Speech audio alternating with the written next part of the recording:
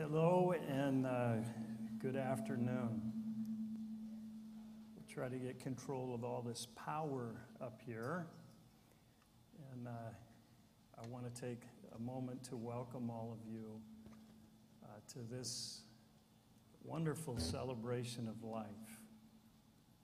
It's obvious just by the feel of the people, those of you who are here, and the energy and the heart that is obviously here, and the passion and love for the family and love for Danny himself.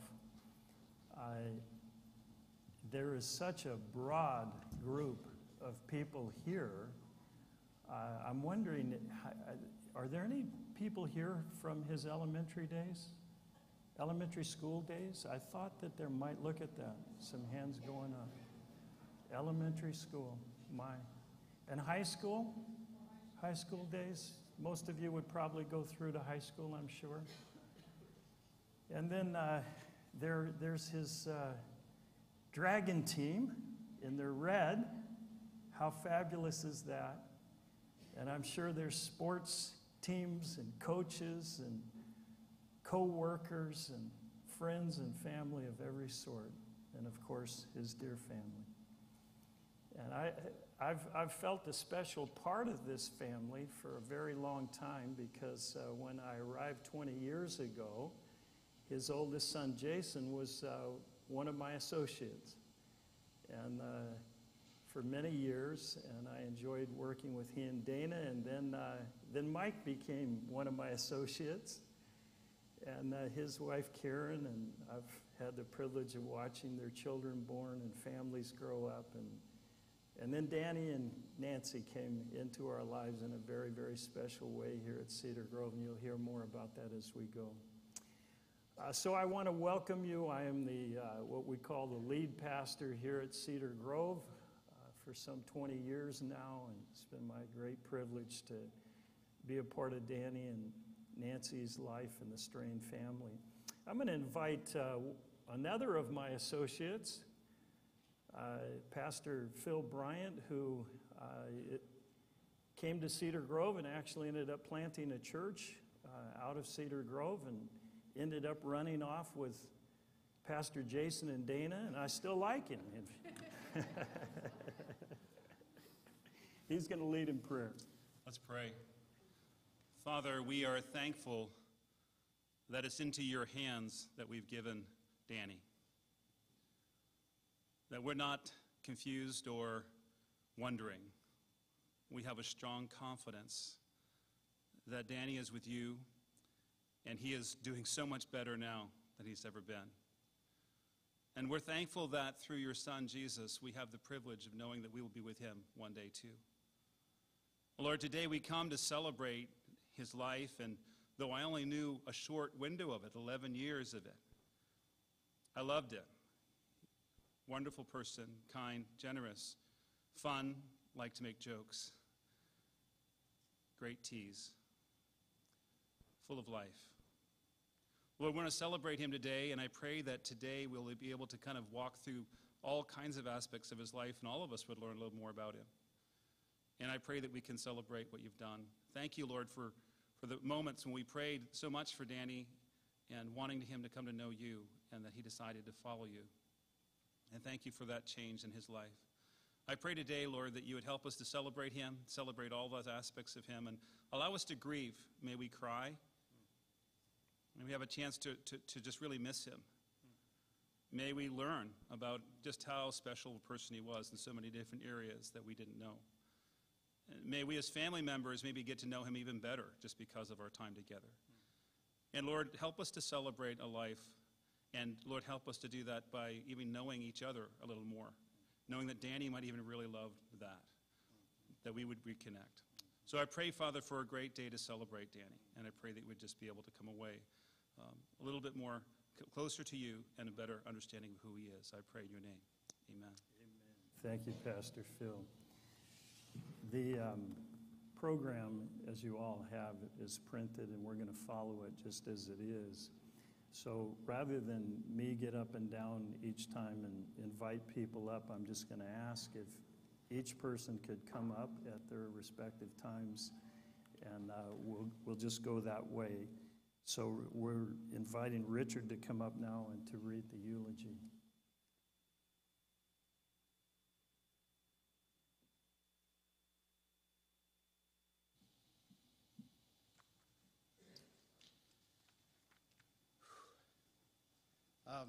A little over 21 years ago, I saw Mr. Strain give a speech.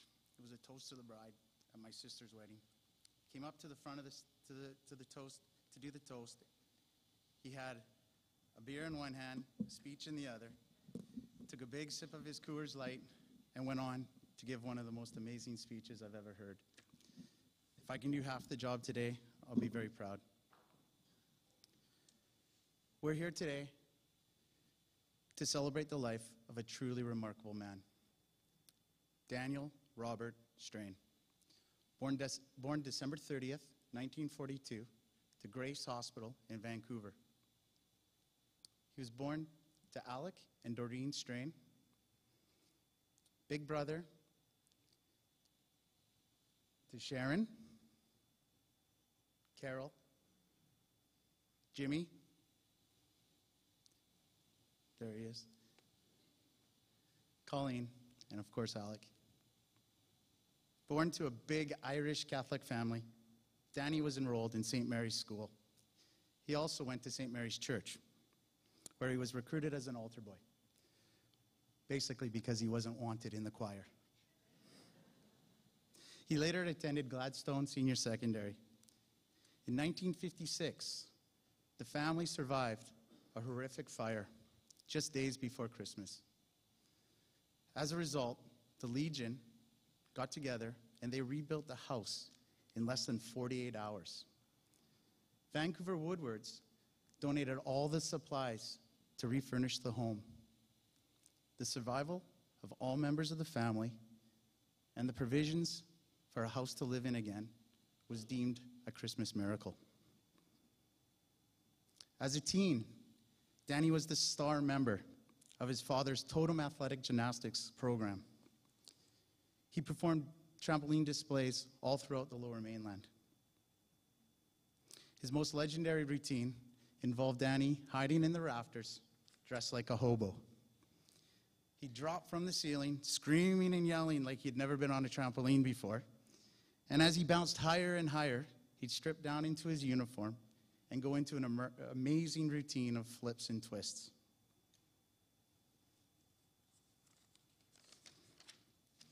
In the summer, Danny enjoyed warm days on his parents' boat. He also enjoyed spending time at his grandparents' cottage in Belcarra Bay.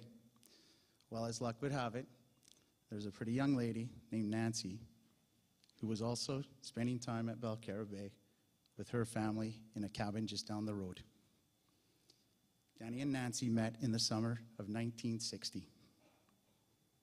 From 1961 to 63, Danny worked in Port Mellon. He was quality control for the Howe Sound pulp and paper mill. He also served as a lifeguard, and he taught swimming and gym. Later, he taught gymnastics at the Coquitlam Rec Center. As well, he taught swimming at Blue Mountain Pool, and he was a lifeguard there as well. While Danny was working out of town, he kept in touch with Nancy by writing many, many love letters. In 1964, Danny was working at Merv's Auto Body. Just prior to landing what would be his career for the rest of his life as a sales position at Brentwood Dodge. Dan the Dodge Man. Dan would go on to win several awards for his sales achievements, including top salesman in Canada for all at Chrysler. Danny and Nancy were married in 1967 at St. Peter's Church in New West. Their first home was a small apartment near Metrotown. Before long, they had purchased a house in North Burnaby, where Danny's father-in-law, Cy Bainton, and Danny completely renovated the house, including adding a living room on top of the garage. Danny also assisted Cy in the construction of the cabin in Belcarra Bay. This cabin remains a family jewel to this day.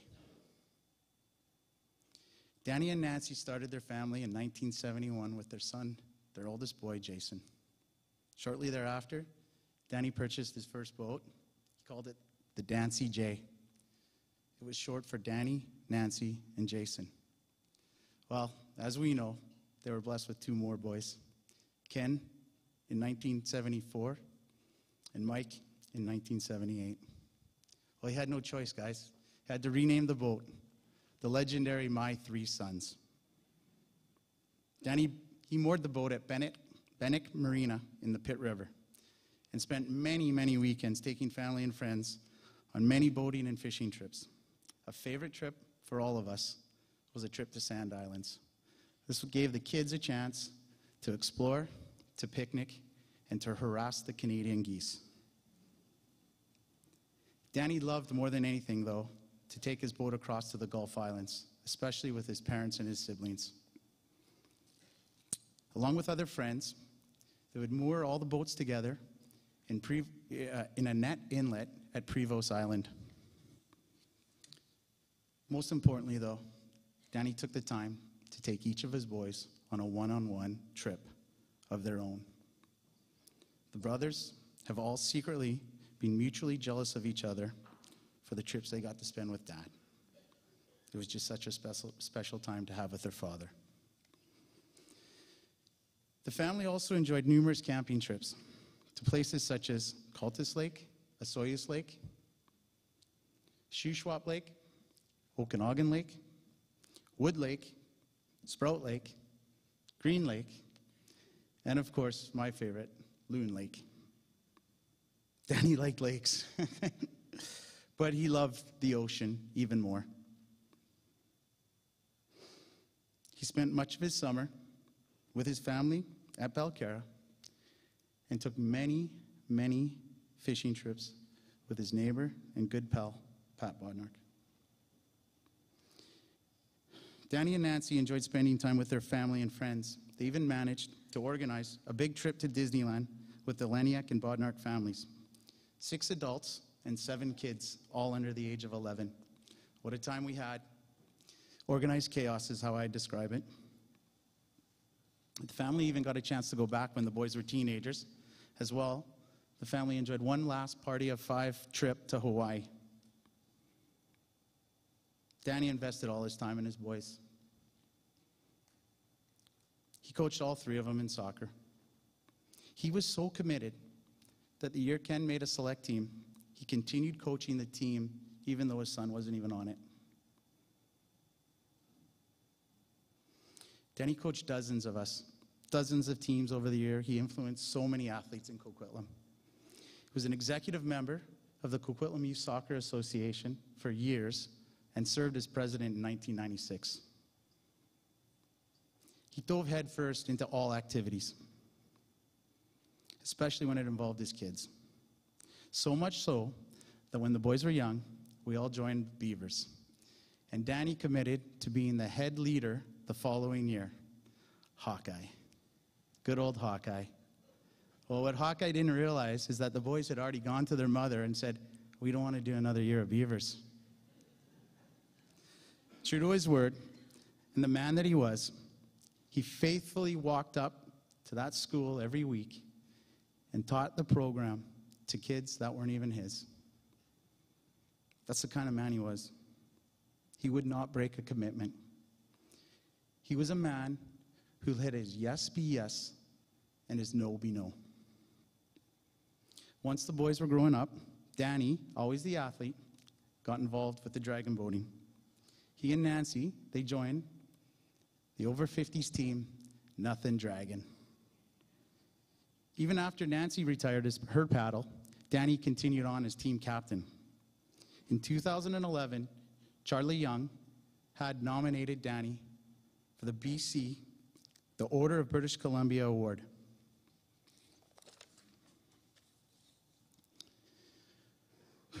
Danny and Nancy, they were so welcoming to their 3 daughter-in-laws with open hearts. Dana, Nicole, and Karen. They were later blessed with 7 grandchildren. Evan, Liam, Cameron, Taylor, Andrew, Maylin, and Nathan. This family, guys, has always enjoyed a close bond. Amazing, amazing family network. They enjoyed spending much time together at the cabin, as well as taking the grandkids on trips such as ski resorts, as well as 2 trips to Disneyland. In 2007, on his 65th birthday, he retired from Carter/Brentwood Dodge after working 42 years. Danny took on a love of kayaking in his retirement years, and over time he purchased 6 kayaks just so that he could take his grandchildren on excursions with him.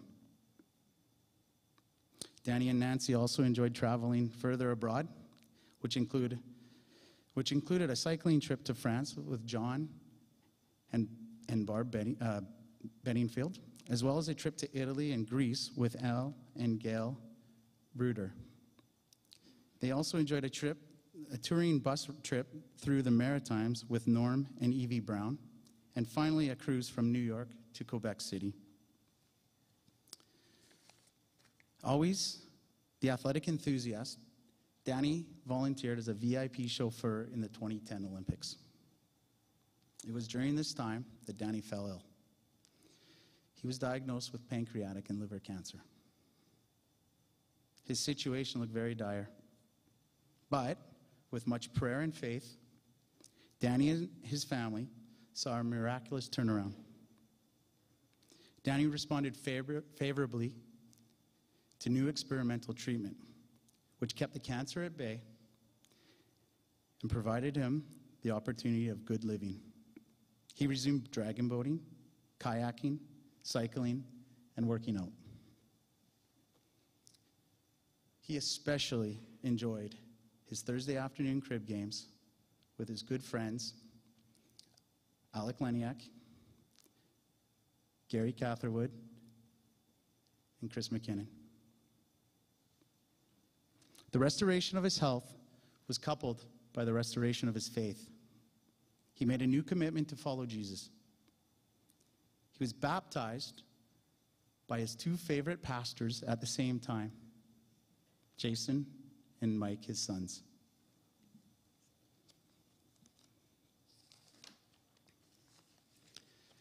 As a result, Danny returned to a regular church attendance for the remainder of his years. Danny has been many things to many people. He was a leader. He was a swim instructor, gymnastics teacher, soccer coach, dragon boat captain. But you know what? Danny, he was an outdoorsman. He loved boating, fishing, camping, boating, cycling, traveling, hunting. Did I mention boating? Danny was an athlete. He excelled in gymnastics, swimming, baseball, running, cycling, dragon boating.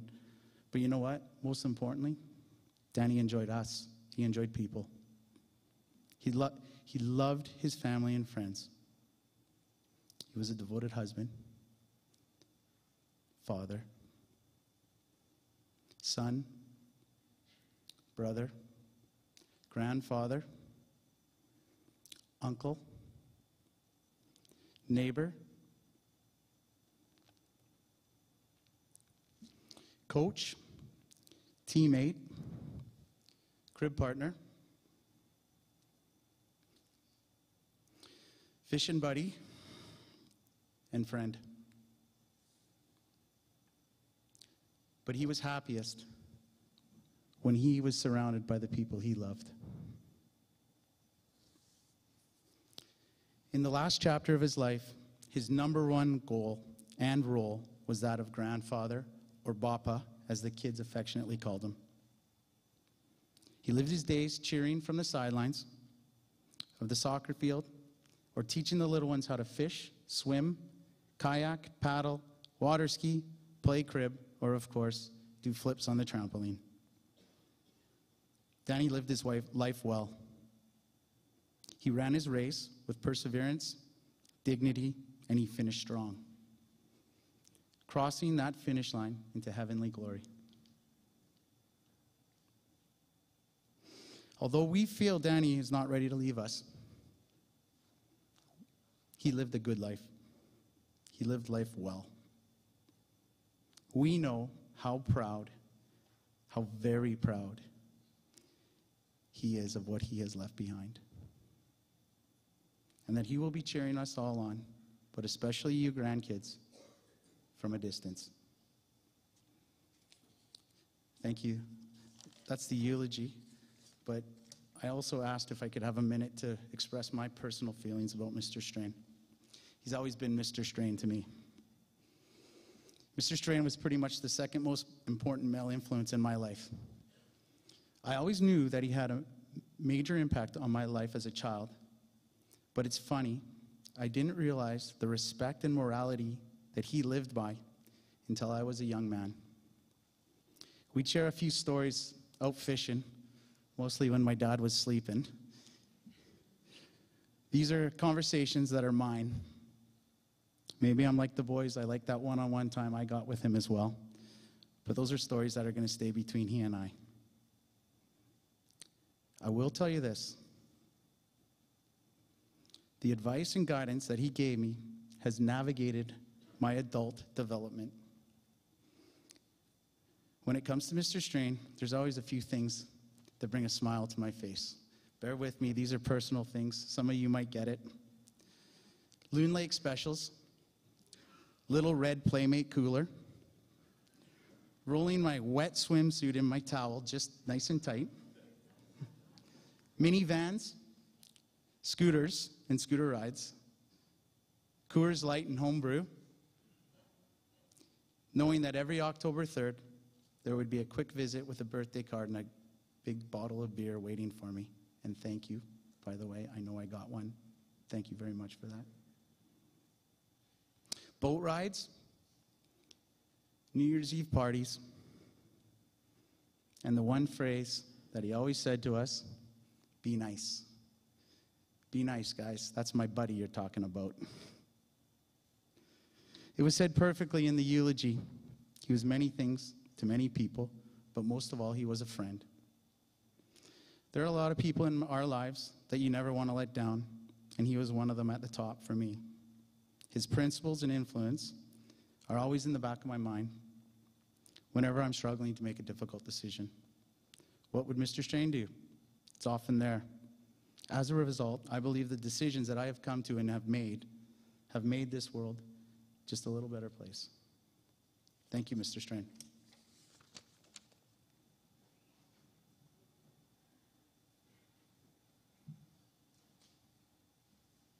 Thank you, Richard. That was so beautiful. When you take your turn to speak, feel free to adjust the microphone.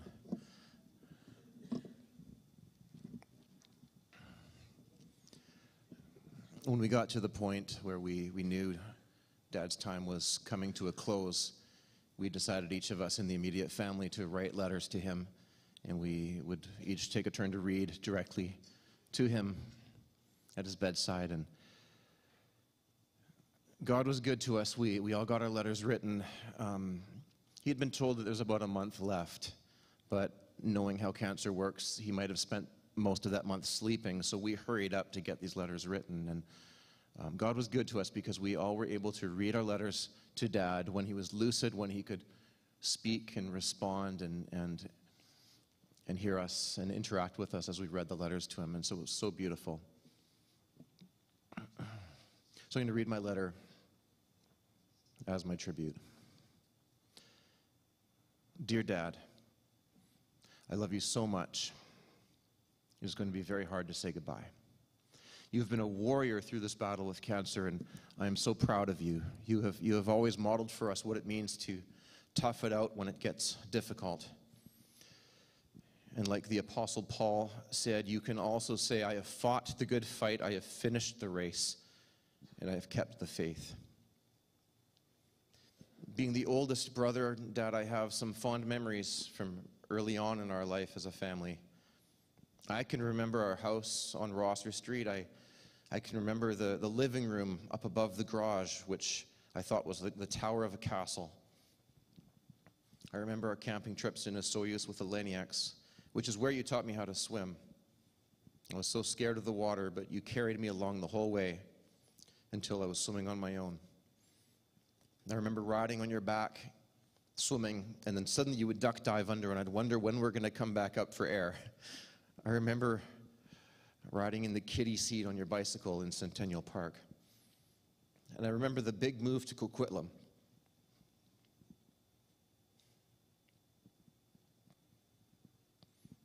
And you had kept your Uncle Ken's tractor and you put it in our front yard. I had instant friends because of that tractor. I remember sitting in the window watching all these kids play on the tractor, and I was afraid to go out there. But Dad, you came with me.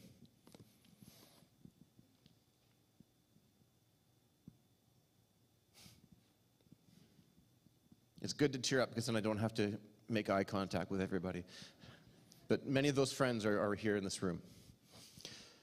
I remember Kenny and I sharing a bedroom with bunk beds, and you'd send us to bed, and then one night, after Kenny had fallen asleep, you came and got me, and you said, "You're the older brother, you can stay up. Come and watch some more TV with Dad." So we did that for a while, and you said, "Just don't tell Kenny." And I don't think I ever did, actually. And probably the most impacting memory was, because I can remember this, was the birth of Mike. And I remember you calling me out of my bedroom to come down the hall, and you were sitting with this baby on your lap. And you introduced me to him. "This is your brand new baby brother."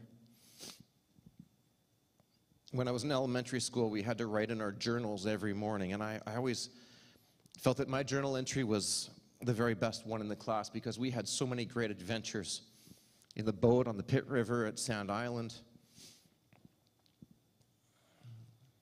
I told about the time I wanted to swim from the boat, but the current was too strong. You wouldn't let me. I insisted, so you put a life jacket on me, you tied a rope around me, and you threw me in the water. And I drifted away, and you pulled me back. I don't think I ever told Mom about that.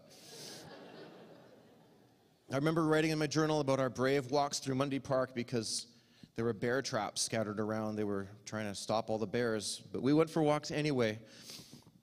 I would write about our crabbing and fishing adventures in Belcarra. I remember my favorite was boasting in my school journal about the mud shark we had caught, telling my teacher and my peers I caught a shark with a fishing rod. You took us on so many adventures, but Dad, I'm glad we were not a rich family. Rich families miss out. They don't tend to go camping beside lakes and tents. They go fishing in old wooden rowboats. The trips to Loon Lake were always so much fun, and then onward to Green Lake, where you taught me how to water ski. And our one-on-one trip to the Gulf Islands. I remember laughing my little head off as you got me to pee into an empty beer bottle because the water was too rough for me to pee off the side of the boat in the middle of the crossing. I remember being so proud of myself because I knew how to jump from the boat to the dock and tie the rope. And I remember staying up late watching the stars with all the family on the command bridge of the Lady Fan.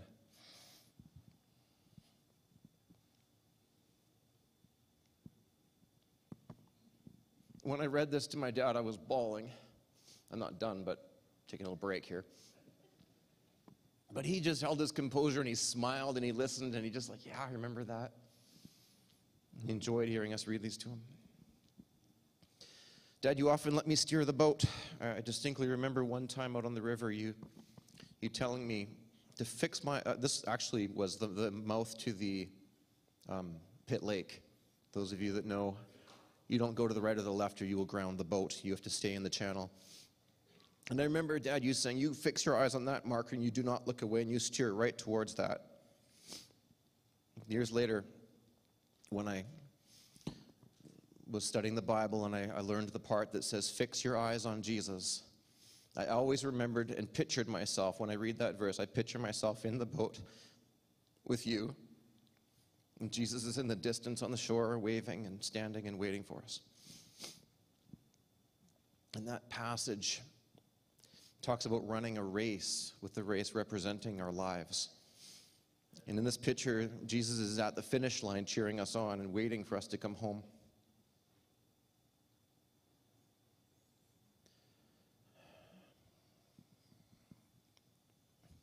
Dad, I want to express and reaffirm my certainty that you have run the race well and that you will be with Jesus in heaven after you have crossed that finish line.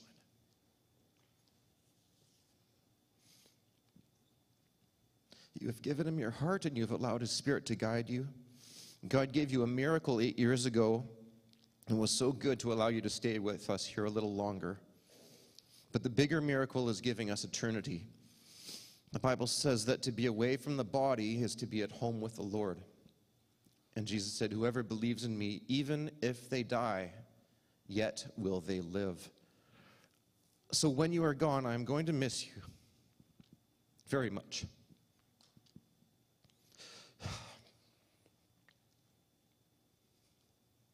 And I'll think of you every day. But I'm not worried for you. I know for sure where you will be, and I know you will be waiting for us on that shore. Thank you for being a faithful dad and a husband and grandfather. Thank you for always being supportive of my choices and my career path. Thank you for showing so much love to Dana, Evan, and Liam. They love and admire you so much. You and Mom are both amazing parents and grandparents. And I will always be thankful to God that you gave. I will always be thankful to God that he gave the two of you to us all. Love always and forever, Jason.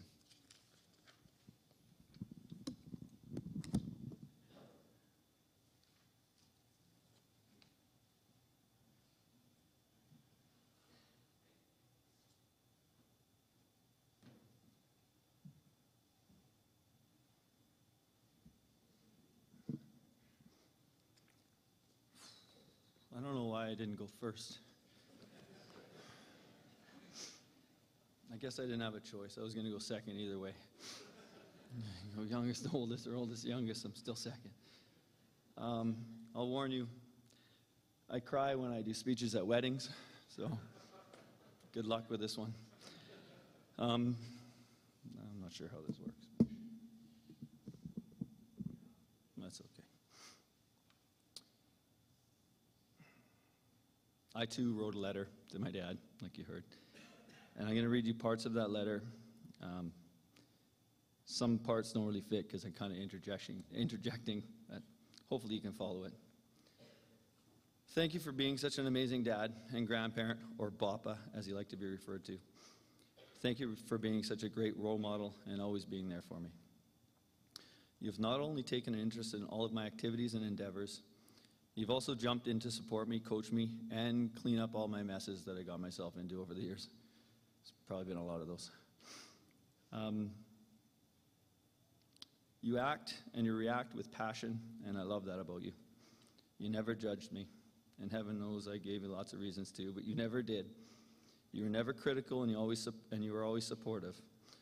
I can remember being very critical of myself as a kid after a soccer game, and you would always point out all the good things I did. You made me feel good about myself. I think that's probably one of the reasons there's so many people here today, because he had a knack for making people feel good about themselves. As I grew up and became a man, you role modeled how to work hard and be dedicated to the things you were doing.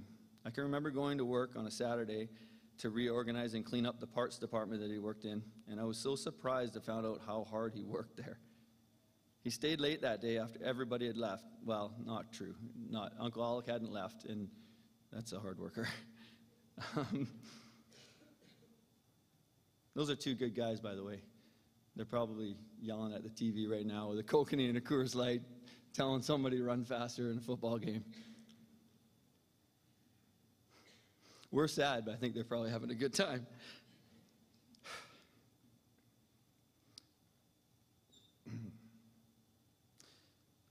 You showed me what hard work looked like. And that's something that stuck with me. I'm proud to be a hardworking guy, and I owe that to you. Whenever I had a project around the house to do, you were always right by my side. I refinished the hardwood floors in my house when we bought it, and I rented a floor sander, and you pay by the day, and I had to do 40 hours of sanding, so I did it in 2 days because I'm too cheap to pay for another day. And my dad was on his hands and knees the entire time doing the corners and the side of the wall where the sander wouldn't reach. He never left. He just worked away with me. My neighbors thought I was nuts, I think, because it was like 3 in the morning. I'm going by on a floor sander. I love doing projects with you, Dad. I'm really going to miss that.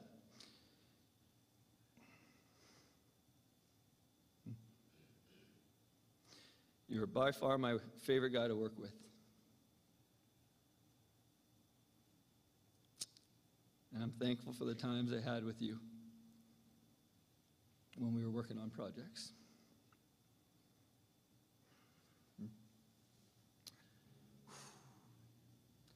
I've received a lot of traits from you that I'm proud of.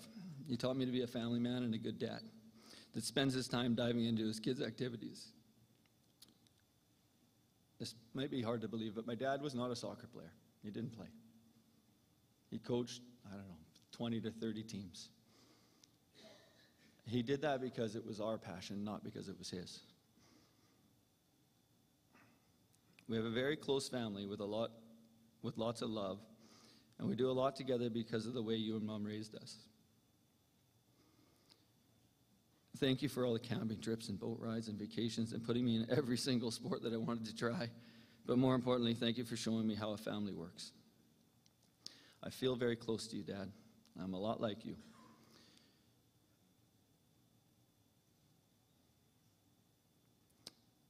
Probably because I've always looked up to you.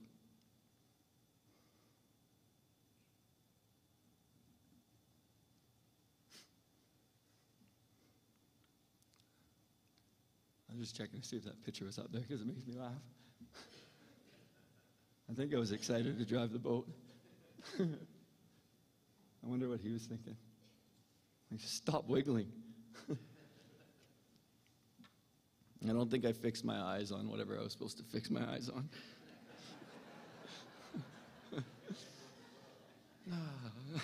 I'm driving the boat!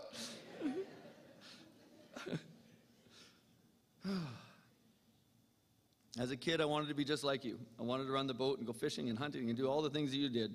Although I think I'll leave the hunting to my buddy Rich. I don't think I'm a hunter. I wanted to be athletic and tough, just like you. My all-time favorite boat ride that I ever had, and I had a lot of them, was when I was 9 years old. I had been waiting for what seemed like an eternity to go to a Ned Inlet on your boat with you. Just the two of us, no brothers. The year before, Mom was too nervous to let me cross the Gulf with you. We took the ferry over, and you took your boat, and I remember waving to you from the ferry. You cruised up close to where we were as we were departing, and I wanted to be on your boat so bad. The following year, I got to go with you, and the trip was better than my 9-year-old mind could ever have imagined. I remember more about that trip than I do about trips that I've taken recently. You taught me how to take tugboat waves right over the bow. I'm not sure if we were supposed to do that. I think it was just cool. The water came right up over both windshields, and it just... He never did that when Mom was on the boat. He taught me how to run the little car topper boat, how to respect my wake for the other boats anchored in the inlet. That got me a massive chocolate bar from the nearby boater and friend of my grandpa, John Harrison. I remember fishing with Grandpa and you. I remember collecting oysters and stargazing and flicking bottle caps, and the pride of being able to run the boat just like my dad. I was so excited to be able to sleep on your boat. And I was so excited to sleep on your boat with you, Dad. And I was even happier to be with the guy that I thought was 10 feet tall and bulletproof. I've always looked up to you, and I still do.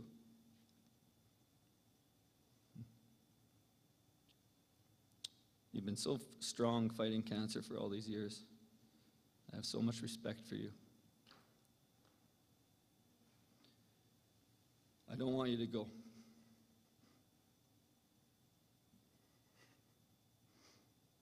And I'm going to miss you.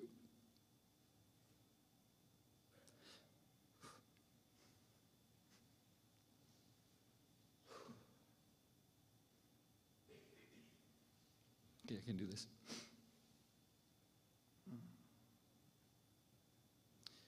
But I also don't want you to be in pain anymore. You taught us to be a strong, loving family. I'll be sad when you depart on your next journey, like I was when I waved to you from the ferry. But I'll be happy to know that you're free of cancer and pain, and you'll be running your boat across a much larger gulf all the way to heaven. I have so many great memories of you that I always cherish, from wrestling you on weekend mornings. That time I jumped off the top bunk onto your chest when you weren't expecting it. That was pretty funny. I had been watching some wrestling. They jumped off the ropes, and he was laying on the floor, and my brother was on him. And I saw an opening on his chest. Bunk was pretty high. It was, He didn't get mad at me. I think he almost threw up, but he didn't get mad at me. It's probably pretty funny. To the holidays, to projects as an adult, to hearing you cheer on camera at soccer games. Man, I was so happy to hear you cheering so loud last spring.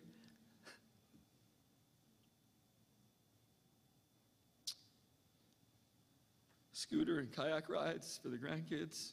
You've given us so much. I just want to share a couple things that I really like about my dad. And they'll always stick with me, and I hope that they help shape my life. Hold on a second. He was totally involved in our lives. He spent time with those that he loved. I don't know if you know this, but he had lunch every Friday with his parents for over 30 years. He always made time for others and was always there to help a friend. He was honest, and he was fair, and he was firm, and he was passionate. I think that's what I call it when he's mad at me. He's passionate. He was loving and supportive grandparent. And as he got older, he told us that he loved us frequently. As a kid, I never remember seeing my dad cry. But as he got older, he was comfortable showing his emotion, and I appreciate that so much. I think this was a big change from the way he was raised. Maybe all my crying wore off on him eventually. He loved my mom, was dedicated to his family, and made everyone feel good about themselves. Thank you, Dad. You're an amazing father and an excellent grandparent, and I love you.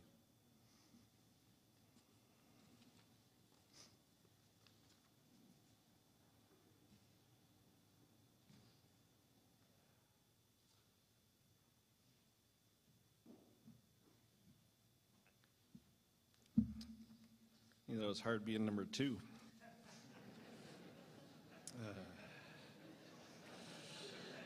I got the Kleenex ready. Well, I want to say good afternoon, and I just want to thank everyone for coming. I've been up on this platform many times, and when I'd be up here, my dad would usually sit just where Rob is sitting over there, and just about every time that I spoke from up here, even if I was just doing the announcements, there's nothing sad about announcements. My dad would start welling up with tears because he was proud of me. Well, today I know I'm going to be the one welling up with tears. And it's because I'm proud of him. What's the point of having notes? The way he lived his life.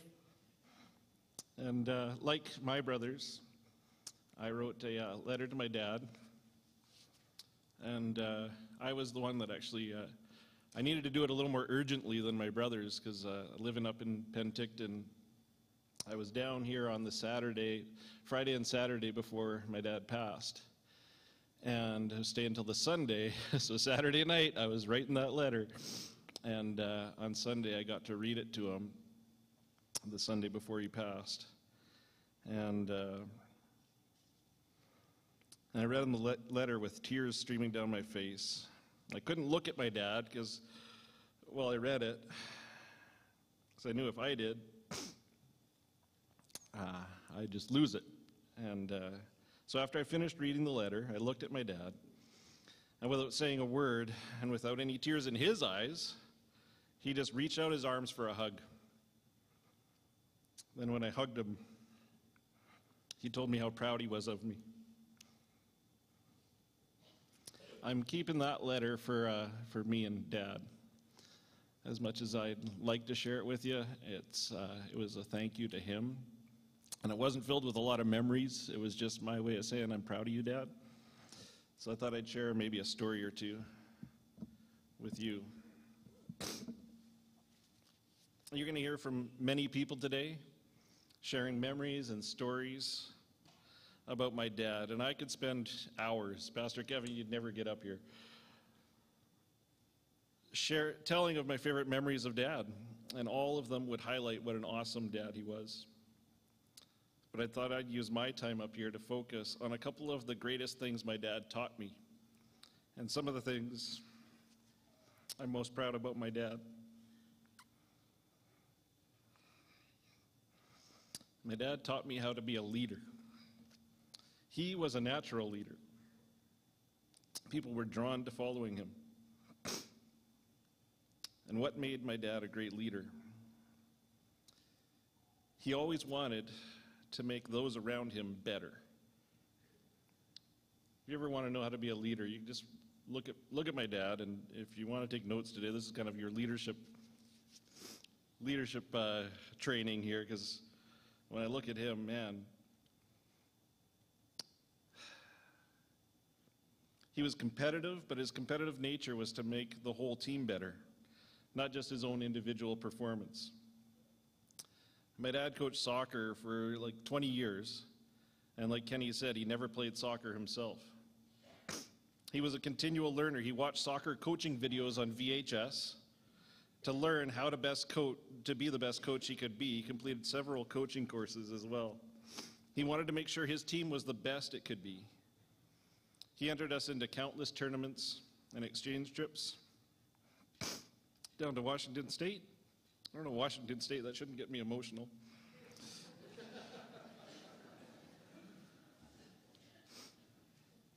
Giving us every opportunity to grow as a team. My dad believed the best in others.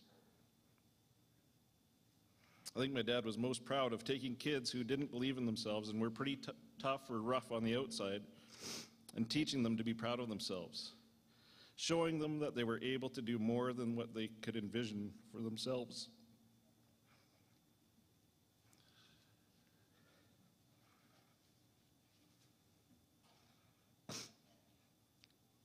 I remember one game where we played, it was either the semifinals or the quarterfinals for a provincial cup. We had moved into under 18 as a soccer team, and under 18, there's like a few years of under 18. You usually play there for 2 years at least. And it was our first year in under 18, so it was a bunch of 15-year-old kids. And we're getting our rides to the field from our mums and dads, and the other team is driving to the field. And they're a bigger group. They were mostly 18-year-olds, 17, 18-year-olds. And the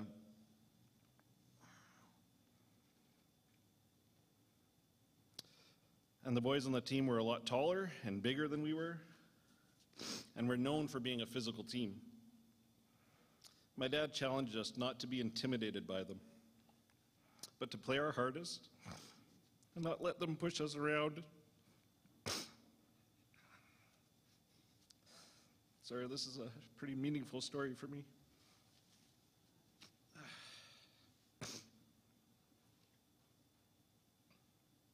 It was a battle the entire game. I remember being covered with cuts and bruises after the game. We lost the game 2-1.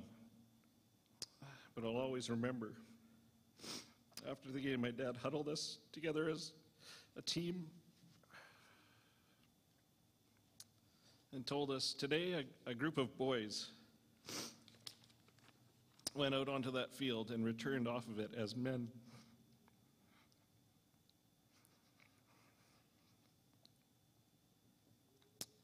That was a defining moment for my childhood. All right. I need a joke. That's too much. My dad, my kids, I've taught them this joke. It's okay. I hope it's okay. But my dad would always say, "Show them your nuts."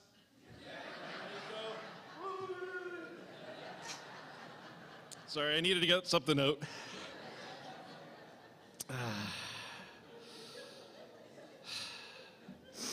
My dad was always willing to give a helping hand. If someone needed help with a project, my dad would be there ready to work. He didn't just bark out orders. Though he did bark out orders, he worked as hard as anyone else getting the job done. My dad was loving and generous. He loved people. He cared about those he led. You've heard it already. And he wanted what was best for them. He showed me what it meant to be a loving husband and father. He was fully present and made you feel like you were the most important person in the world to him. There's been lots of cards that have come into our family, and a lot of them have said, "I want you to know how proud your father was of you and how much he loved you kids. And I want you to know you don't have to tell us.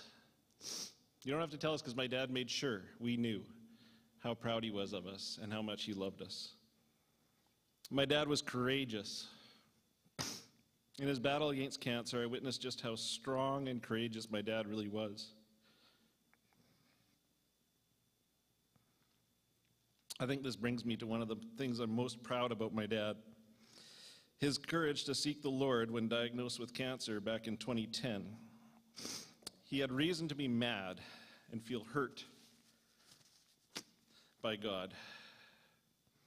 You see, my dad walked away from the church when he was a teenager due to an event he witnessed involving the Catholic Church. So he had every reason to turn his back on God and remain bitter and resentful.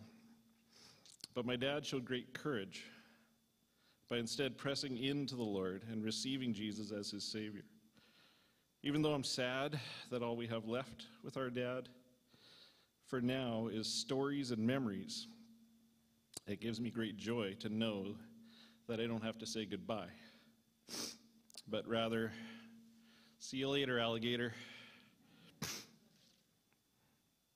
I told my dad in the letter I wrote to him that I'm so glad our hope is not limited to this life alone, but we have a hope of spending eternity together with Jesus. I told him that I'd like to be courageous to share this good news that we have with his brothers and sisters, with his friends and his family. So I'm here today to plead. I don't know where people are at with God today, but I know that Danny loves you, and I know that he loves you so much, and I know he wants you to find the same joy he found in opening his heart to Christ again. When Pastor Kevin shares his message with you later this afternoon, it's my prayer that your hearts would be open to receiving the Lord. And I'd like to close my time up here by honoring my dad by letting my dad tell a story to you. I've got a video clip that is from an interview the church did with my dad and about his experience with a course about faith in Christ. It's called the Alpha Course. I think my dad would be happy to know that his testimony was shared. Thanks. And if I told you my story, you would hear love that never gave. Hi, I'm Danny Strain. I'd like to tell you my Alpha story. Prior to the Alpha story, I was brought up Catholic school. I was an altar boy. I went through till grade 7 or 8, I think, in the Catholic school system. And then when I was about 14 or 15, I had an incident with a priest and the Catholic religion, and it soured me on going to church, and I stopped going to church.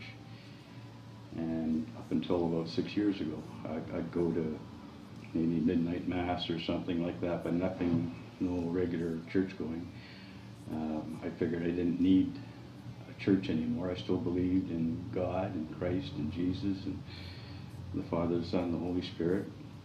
But I figured I didn't need church. And then about 6-7 years ago, I got diagnosed with pancreatic liver cancer.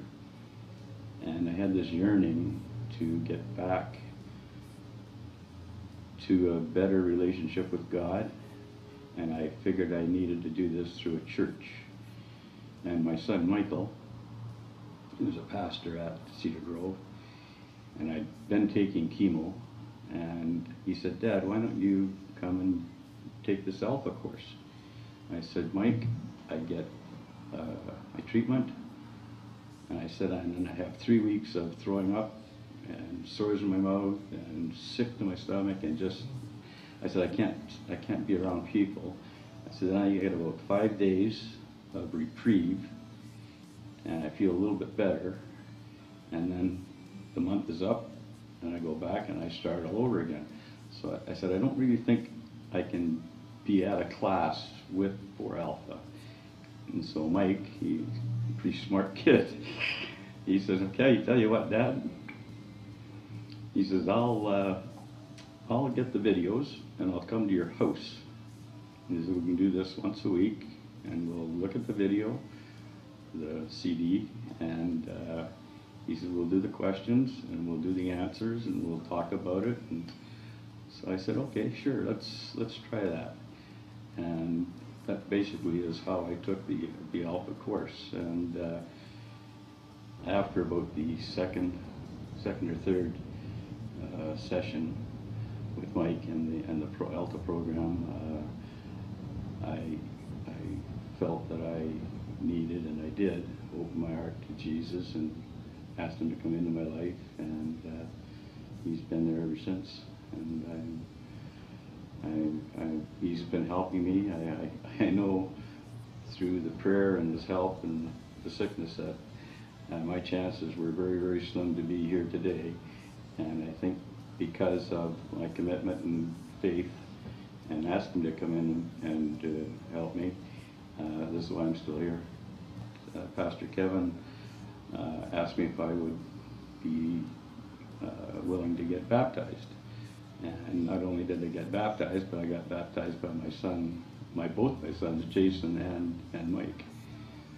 So, and I've been coming to church here at Cedar Grove for the last 5-6 years now, and I feel really connected to God again. So, basically, that's my story. My Savior, all the day long.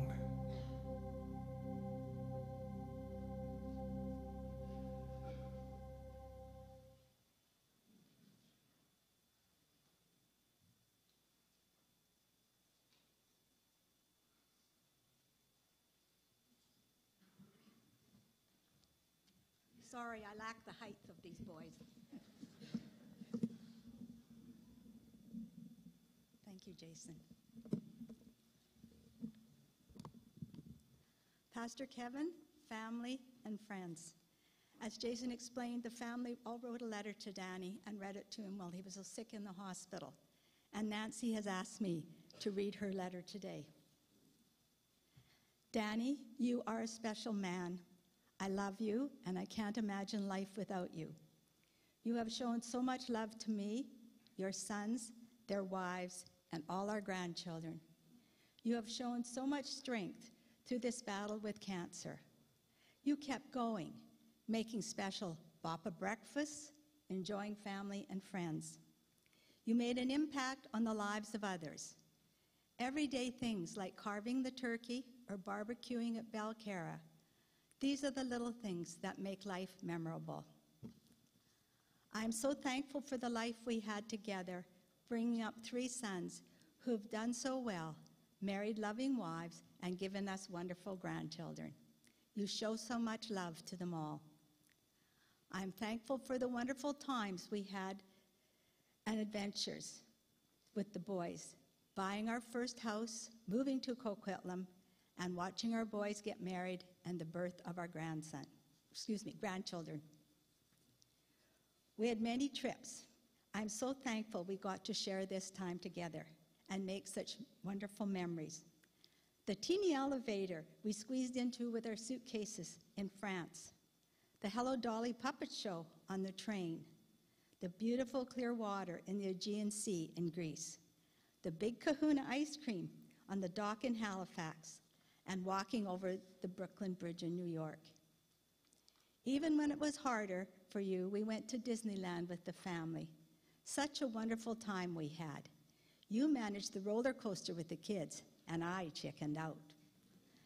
Last year's celebration of our 50th wedding anniversary at the Harrison was such a great time, and I'm so glad we got to spend this time with the family and siblings, especially our dance to old-time rock and roll, our 50-year-old wedding cake, and the video our sons made for us. We have so much to be thankful for. Our paddles to Jug Island and lunch on the rocks by the shore are a special memory to me. Such a peaceful time together. I think about our little bike excursions down by the Fraser River. We both enjoyed the adventure of finding new paths to take. We have many good friends. You enjoy being with people and make life fun. You have a fierce determination and zest for life. Thank you, Danny, for sharing your life with me. We have an unbreakable bond, and I will love you forever. I am proud to be your wife.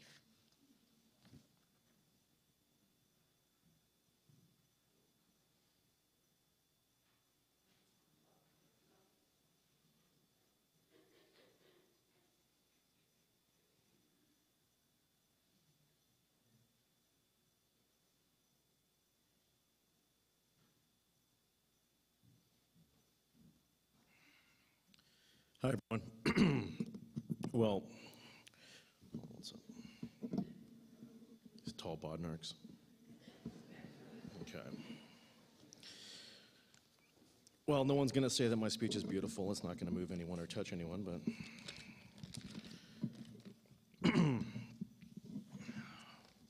Thanks, Jason. Okay. Hi, everyone. In case you don't know me, I'm Garrett. Dan Strain's favorite nephew. Anyone that knew my Uncle Danny knows he was a great man. He loved his family. I don't need to tell you that. Hold on 1 second here. Sorry. He was also best buds with my dad. He introduced his sister to my father. I guess he saw more than just a good drinking buddy to watch football games with. So if it wasn't for Uncle Danny, I wouldn't be here today. My kids wouldn't be here today. And that's something I definitely can thank him for. And my brother's okay sometimes. Well, growing up, Kenny and I were always best buds. We hung out a lot too. Over the years, I was over for lots of sleepovers. We had fishing trips at Loon Lake, camping trips at Cultus Lake, family vacation on Vancouver Island, lots of good times at Belcara. Lots of family parties over the years. Of all the good times, as long as I can remember, I honestly can't think of anything bad that Uncle Danny ever did to me. Kenny, on the other hand, I think he had the strongest hair out of all of us. He had really strong hair. Uncle Danny believed in tough love. He showed love to everyone he loved, and not so much love to people he didn't. I'm kind of like him in that way, so I understand him. You knew how he felt. You knew when he was happy. You sure knew it.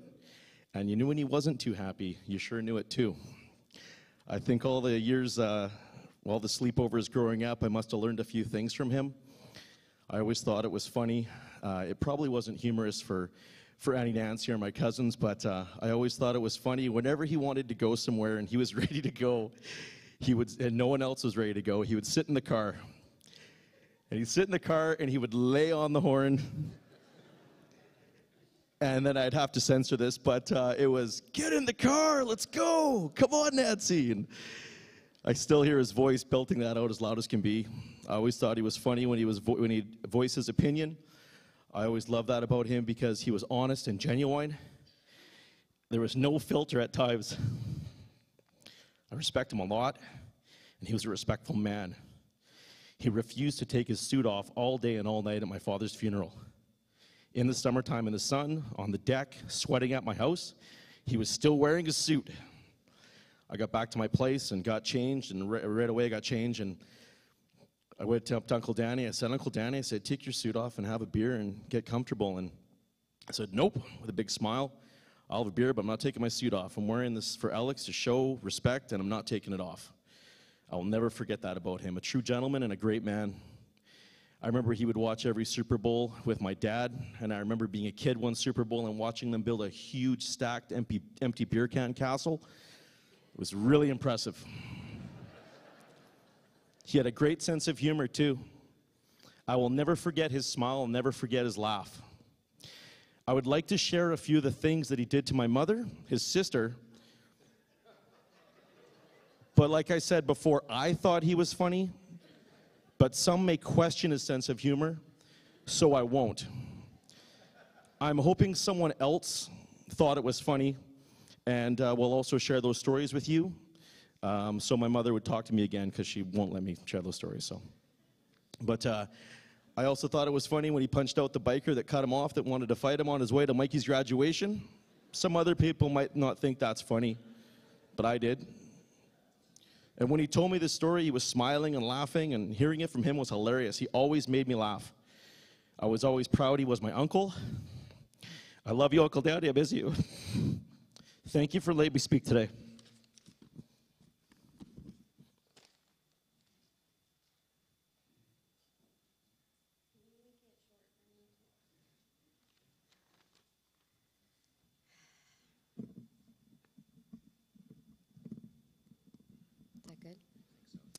All right, for those of you that don't know me, my name's Christine Bainton, and I'm fortunate enough to be the only niece on the Bainton side of my Uncle Danny's family. As a result, I became the special helper in the family, and I helped Auntie Nancy and my Nana in the kitchen as much as I could, but I was always by my Uncle Danny's side when he was carving a turkey or barbecuing, which was pretty much every family dinner and countless summers spent at the cabin. I'm not sure how I remained the special helper after numerous grandchildren came along, and should have replaced me, but I did, and I'm very fortunate for that special bond that we had because of that. The one thing I want to say about my Uncle Danny is he always had a way of making people feel special. It didn't matter who you were, niece, grandchild, brother, sister, etc. Whether it was by taking the time to talk to you about your life, sports, giving you a high five, making fun of your hair color, or making you a special drink, which we all know he did very well. He always took an interest in everyone he came in contact with, and as simple as that may sound, making someone feel special can have a big impact. Although I still cannot believe he's gone, I will miss him every time I see a barbecue, a turkey, or a Coors Light. I will never forget him and how much happiness he brought to everyone's lives.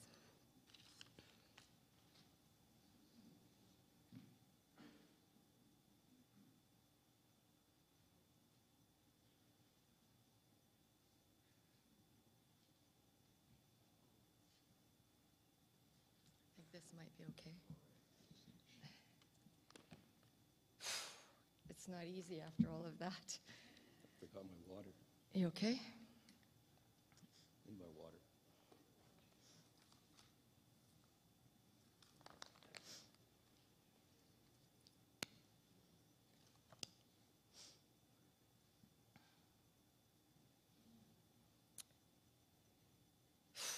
You ready? I'm calling Danny's youngest sister, and this is Jimmy. He's not the oldest, he's the middle brother. But we actually... I'm with you, I'm here. Okay. Okay. So when someone you love becomes a memory, the memory becomes a treasure. So we are going to share our treasures with you. But we should have done this before Kenny and Michael and Jason. Okay, you ready? All right. I wasn't until the Borns walked in. Look, right out of the water. Okay, we're going to start with Sharon's because she's so fun. Sharon was the second oldest, only 15 months younger than Danny. And Danny was that brother, the one that truly loved to tease, trick, and laugh at Sharon. Sharon would like me to share some of his tricks and I limited her to 2. Sorry, Sharon, but you had too many. Danny and Sharon went to Gladstone High School, and Danny had an old clunker of a car, and every morning they would head out to school in his old clunker, but one morning the old clunker would not start. We lived on a hill in Vancouver, so Danny says, Sharon, you have to push the car, it won't start. So Sharon would push the car out of the yard, and the car would head down 29th Avenue, and then she would run after the car to Boundary Road, and by then Danny got the car started, and Sharon was now trying to get in the front seat. Danny says, no, no, no, you can't sit in the front seat. You have to sit in the back seat. Sharon says, why not? Danny says, in case someone thinks you're my girlfriend. Our family spent the summers at our grandparents' home in Belcarra Park, and one day Danny asked Sharon if she would like to go for a boat ride, and it was a beautiful summer evening, just the 2 of them. Sharon thought, wow, this was so odd, she thought, but okay, he's being nice to me. This is fantastic, so Sharon said, sure. So off they went to Vancouver, to the Vancouver Harbor, into the Stanley Park area, and Danny took the boat close to the seawall, and this was so exciting for Sharon. Sharon could see people walking and jogging along the seawall, and then he took the boat, over to the seawall where the 9 o'clock gun was. He waited, and he waited. He had planned this. It went off. Sharon screamed. Danny laughed so hard. Well, the years rolled by, and Danny and Sharon started their own families. Danny stopped the tricks on Sharon, and their 2 families would take trips to Disneyland, the Soyuz, Vancouver Island, Harrison Hot Springs, and many camping trips. Danny and Nancy hosted Sharon's 40th and 50th birthdays and Sharon's 20th wedding anniversary, all surprise parties. So he really was caring. Well, he roasted her mostly. Even with all the tricks and the teasing, Sharon loved him very much, and she has many wonderful memories of growing up with the best big brother, and she will miss you, Danny. Okay, now it's your turn. Okay, I'm going to read Alex. Yeah, you're going to read Alex. Okay, this is Alex's letter to Danny, our youngest brother. You go over. Okay. So tall. And then you're going to have to stay up here. Yeah, I'm not going anywhere. No, I meant Jason. Oh, Jason. Okay, this is from Alec. Danny, I'm so sad you're gone. I want to thank you for, oh boy, sounds like mine. Whew. Some water. Here. I want to thank you for being there for me all these years. You are my big brother, and I was so proud of you. I always looked up to you. You always did the right thing, the responsible thing, and I love you for that. I'll miss all the fun times we had, all the laughs, all the memories of Port Mellon with the whole family. On the boat, growing up on the water was the best. This is ridiculous. Okay. Being the youngest, I remember you and Eddie Campbell, as Danny's other brother, babysitting me. You said, let's play cowboys and Indians. And I went along with the game, so they tied me up, put me in the closet. Then about 10 minutes later, they let me out just before my mom and dad got home. And of course, I got ice cream, so I wouldn't tell Dad. Oh boy, I can't read that. I remember when Danny was working at Brentwood Dodge. I'll never forget Danny getting my first car for me. It was a 64 Valiant, and yeah, he was always looking out for me. I'll miss you, Danny, with all my heart. Goodbye, big brother.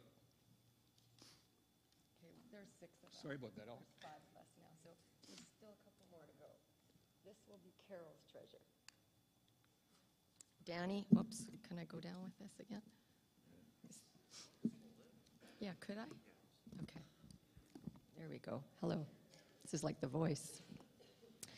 Danny was 3 years older when Carol was born. He could not say her name, so he called her Whoa-Whoa. He continued to call her Whoa-Whoa affectionately throughout their lives, even when she turned 70. One of Carol's fond memories was one summer at the house in Belcarra. Mom and Dad gave Danny, Sharon, and Carol a job to paint a bedroom in the old house. Like, I can't even imagine that. Mom and Dad had to go to Vancouver with the 3 younger kids. So Danny, Sharon, and Carol were told to paint the large bedroom upstairs, each to paint a wall and to work as a team. They each had a paintbrush and a pail of paint, so let the games begin. They each faced a wall and started painting, but I guess Danny got bored after a while, and then all of a sudden, Danny took his paintbrush and painted right down Carol's back, laughing the entire time. Painted her hair, her clothes, and then Sharon jumped in, and then the 3 of them painted each other, paint everywhere but on the walls. They had a blast until Mom and Dad got home.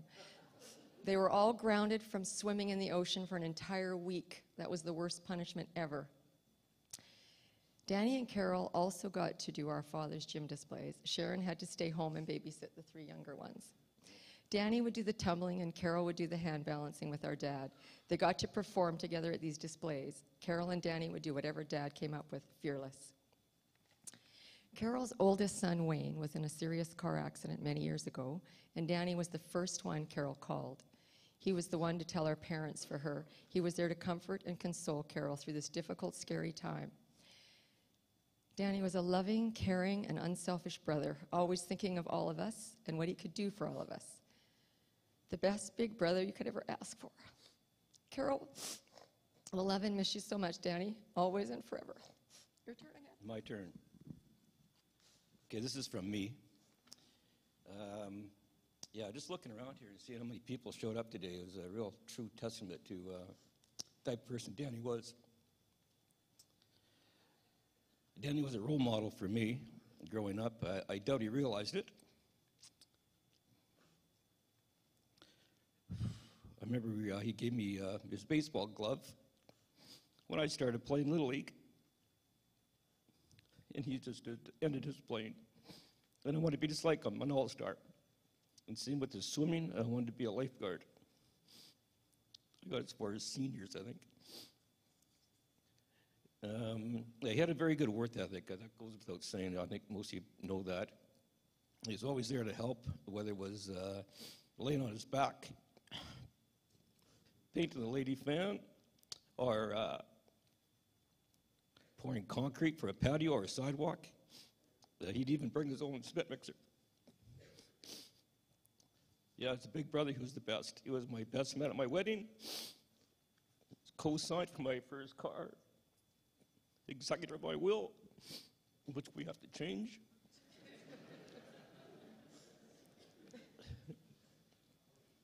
I think I can safely say Danny had no regrets. That's all I got. Okay, this is the last one. It's mine.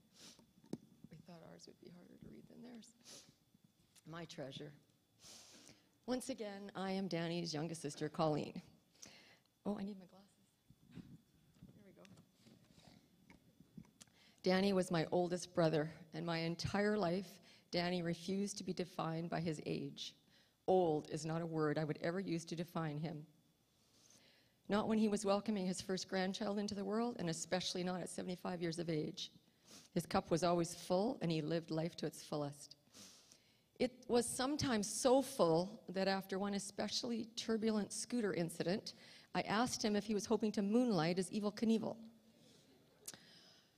That was crazy. But like always, he just laughed in the way only Danny could. Danny had the best laugh, the kind of booming, all-encompassing laugh that starts somewhere down deep and would without fail, take over his entire body. We were a large family of 6. The bond our parents instilled in us, that family was everything, became an immovable force in all of our lives. Then no matter who needed your help, you were there, and wherever the family party was being thrown, your presence was demanded. Danny and Nancy continued this family value of strength and togetherness into their own family, raising their 3 sons and seeing them create beautiful, bonded families of their own. Remember those parties I mentioned that your presence was demanded? They were the mainstay of our lives and were always full of music, laughter, and many, many, many drinks. And you better believe if there was a party, Danny did not want it to end.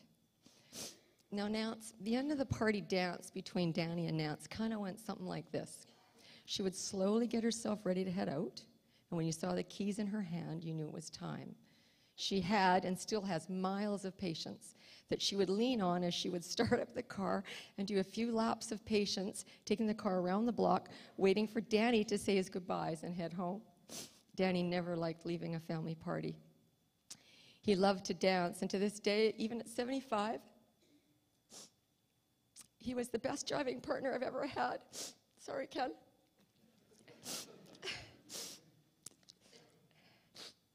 Even though I always tried to lead, each time I would try, he would whip me around, so I had no choice but to be led, Danny laughing the entire time. And when our father passed away, Danny didn't think twice about stepping into that role for our mother. He was quick to see her needs, and when our mother passed away, Danny stepped up again. When our father passed away, Danny stepped up again for his brothers and sisters. He was the one we looked to. He had a lot on his shoulders, and we could always count on him. When I was 8, I was afraid to swim. Not the best when you're on a boat for 2 months. I had taken beginning swimming lessons and failed 7 times. Each time when I knew I was over my head, I would panic. But Danny got me through that. He was teaching lessons at Port Mellon, and he finally helped me with my fear. He also was the only one who taught me to drive a car. He taught me on his 1967 Dodge Dart. He even let me drive him several times over the Patella Bridge. Did I mention he was brave? I would not teach my kids how to drive, let alone one of my sisters. He was also carried on with our mother's famous salmon chip dip. I know these stories seem silly, but there are treasures. He perfected that chip dip. He would always bring me a bowl of chip dip and the required rippled chips when he would come to our home for a party. But I would quickly take it from him and head it to the fridge and hide it. I never wanted to share it. I don't even know if you guys knew that.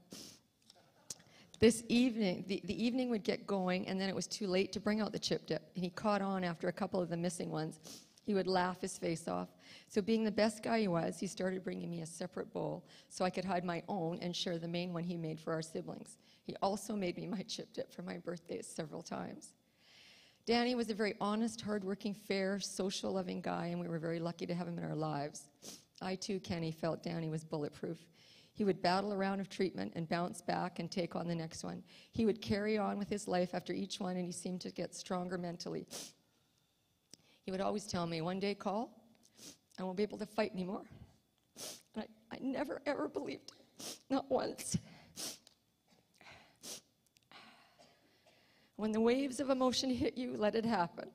Remember to say his name and talk about Danny and his amazing life. And I know he was a part of many of your lives. Keep him close.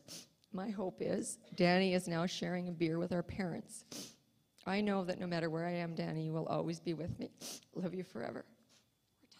Okay.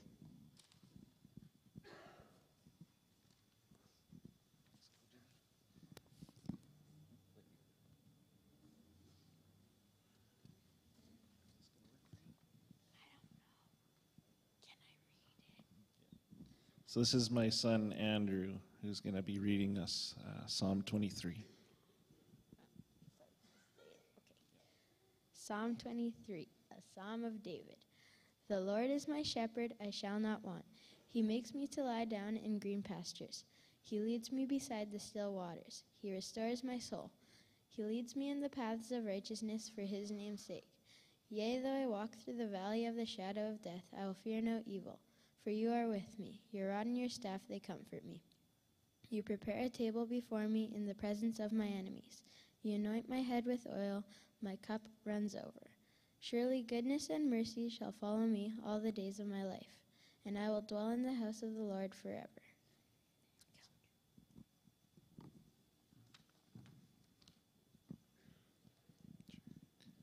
As the worship team comes up, I'm just going to let Auntie Colleen know that we have salmon dip in the reception afterwards. I made a great big pot of it, so.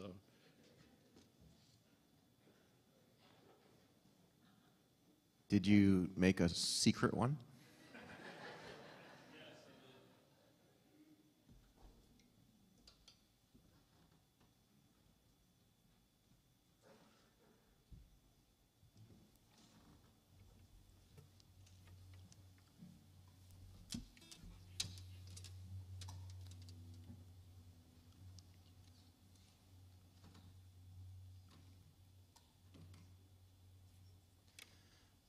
back in 2010 when Dad was first diagnosed with cancer, and we were told that it was very serious, and there was a lot of fear that this might be it. I started reading through the book of Psalms in the Bible, and I came to Psalm 17, and I just found this prayer that spoke deeply to me, and I realized this is supposed to be my prayer for my dad. And I wanted to memorize it, and so I decided I'd start singing it, and I just made up a melody, and I ended up writing a song. And we're going to share it with you here in a moment. I sang it every day. I'd sit and play my guitar and sing the song, and that was my way of praying for my dad to make it through. And so I sing it now as a way also of expressing my gratitude to the Lord for giving us these extra 8 years. Dad would often say, "I'm living on borrowed time," because he knew his time was short back then. And it's been a wonderful 8 years. I think the best years of his life. So thanks to all these musicians who have volunteered to help and to sing this with me.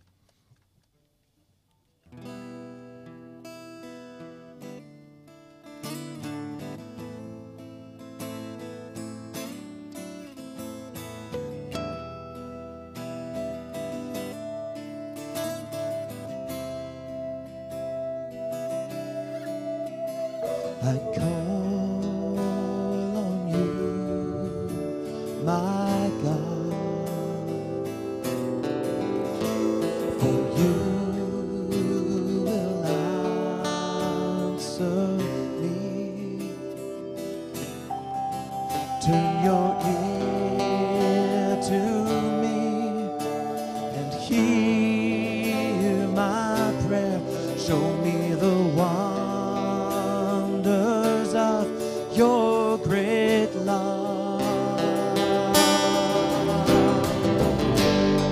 You stand by your right hand those who take refuge in you from their foes. Keep me as the apple of your eye. Hide me in the shadow of your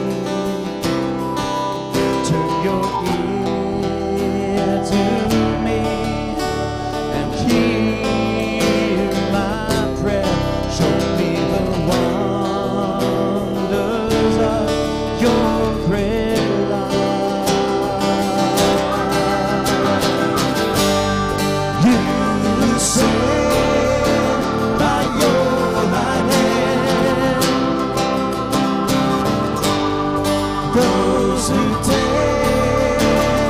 refuge in you from their foes.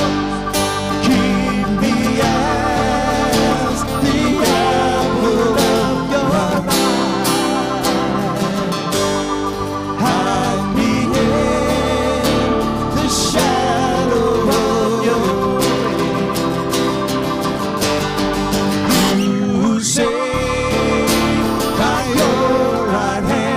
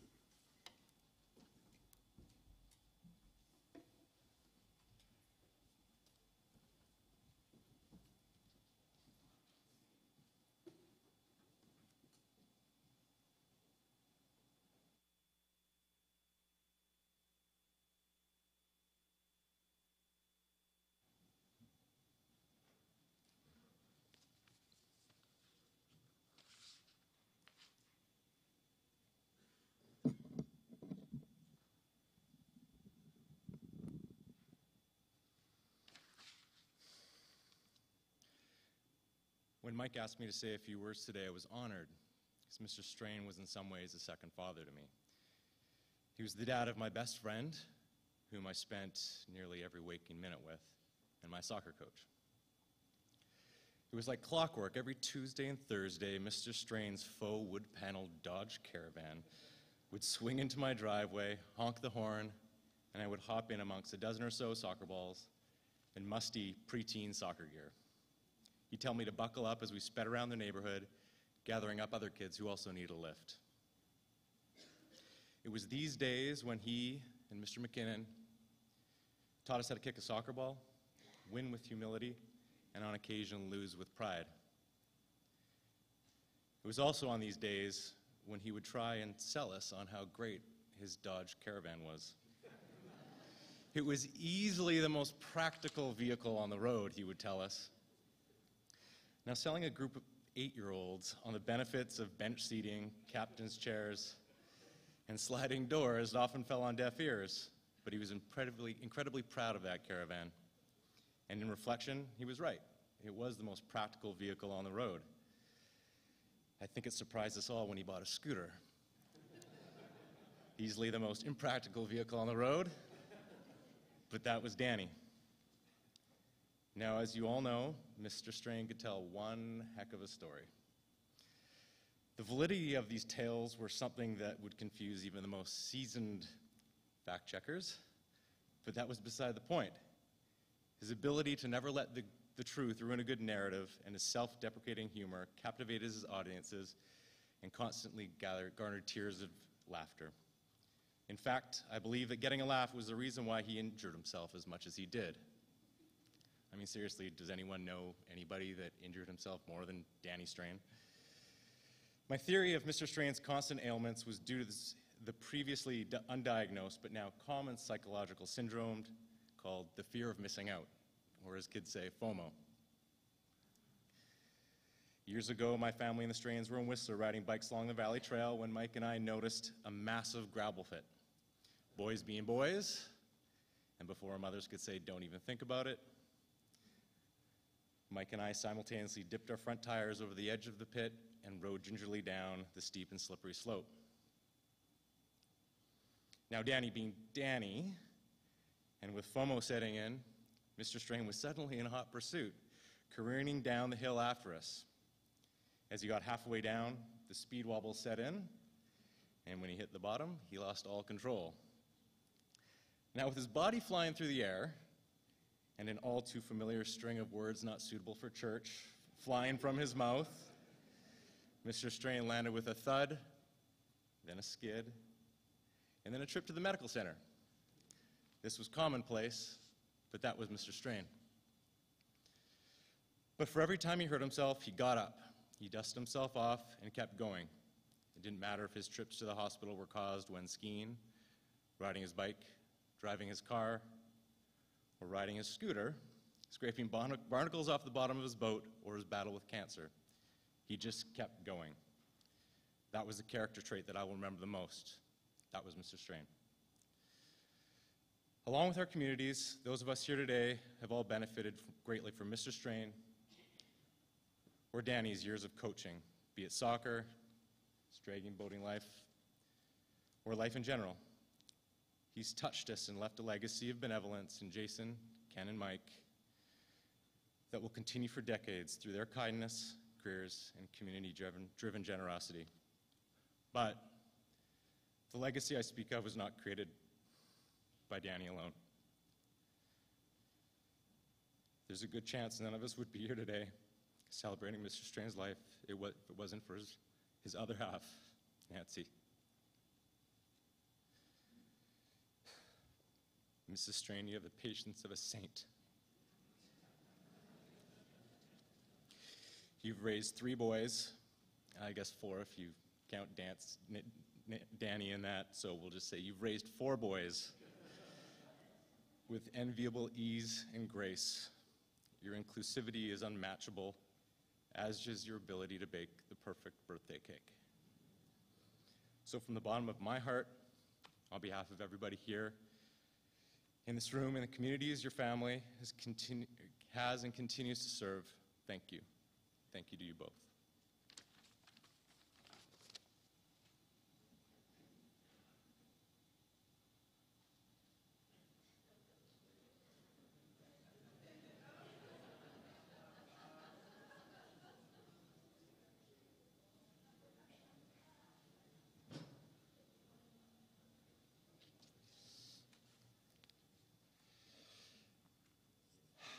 Good afternoon, everybody. I'm Gary Catherwood, one of Dan's Thursday afternoon bridge or crib partners. I first came to know Dan and Nancy when my younger son, Gord, that's that little guy over in the corner over there, had the good fortune at about age 8 to be assigned to the soccer team coached by Dan. The team was called the Pirates.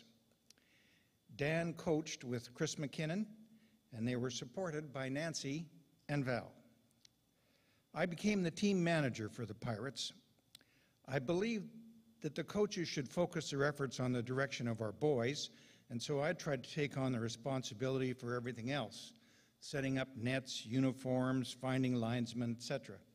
I tried to unload all that from Dan and Chris. My recollection is that we had many willing parents who handled the various tasks. We had a good group of parents, and we had some great times, especially on the soccer exchanges in Washington State around Seattle. Dan and Nancy hosted the team wind-up celebrations at their place at Belcarra. Dan was truly a coach. He wanted to win, but more importantly, he taught our boys what it took to win. Pretty good was not good enough. He taught them that they had to make the extra effort for themselves and for their team. They might not always win, but they would always feel better about themselves if they made their extra effort. They would be winners. I know that those skills have stayed with Gord, and I expect that they have helped everyone who was on the team coached by Dan and Chris.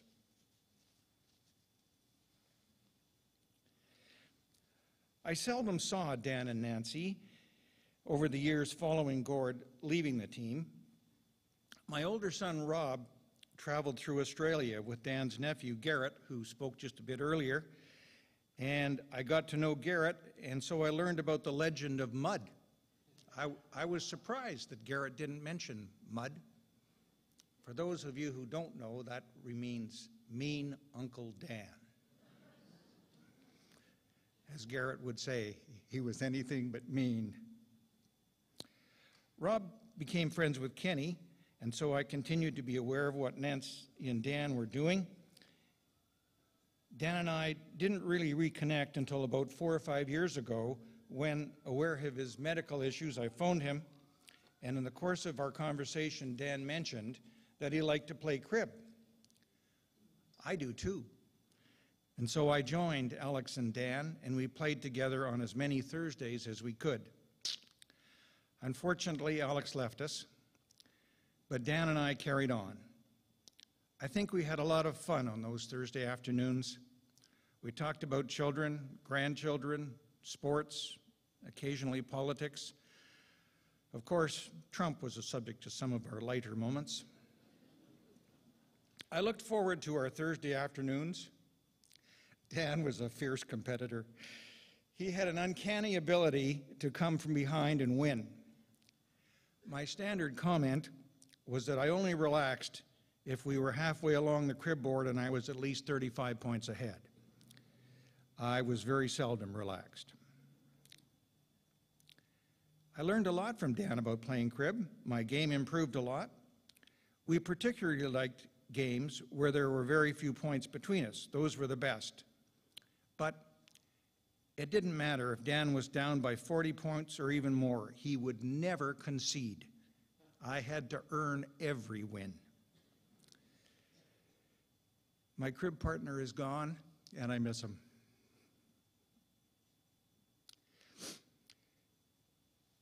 Judy's father, my wife Judy, had in his files a poem which was read at his celebration of life a few years ago, and I think it fits here.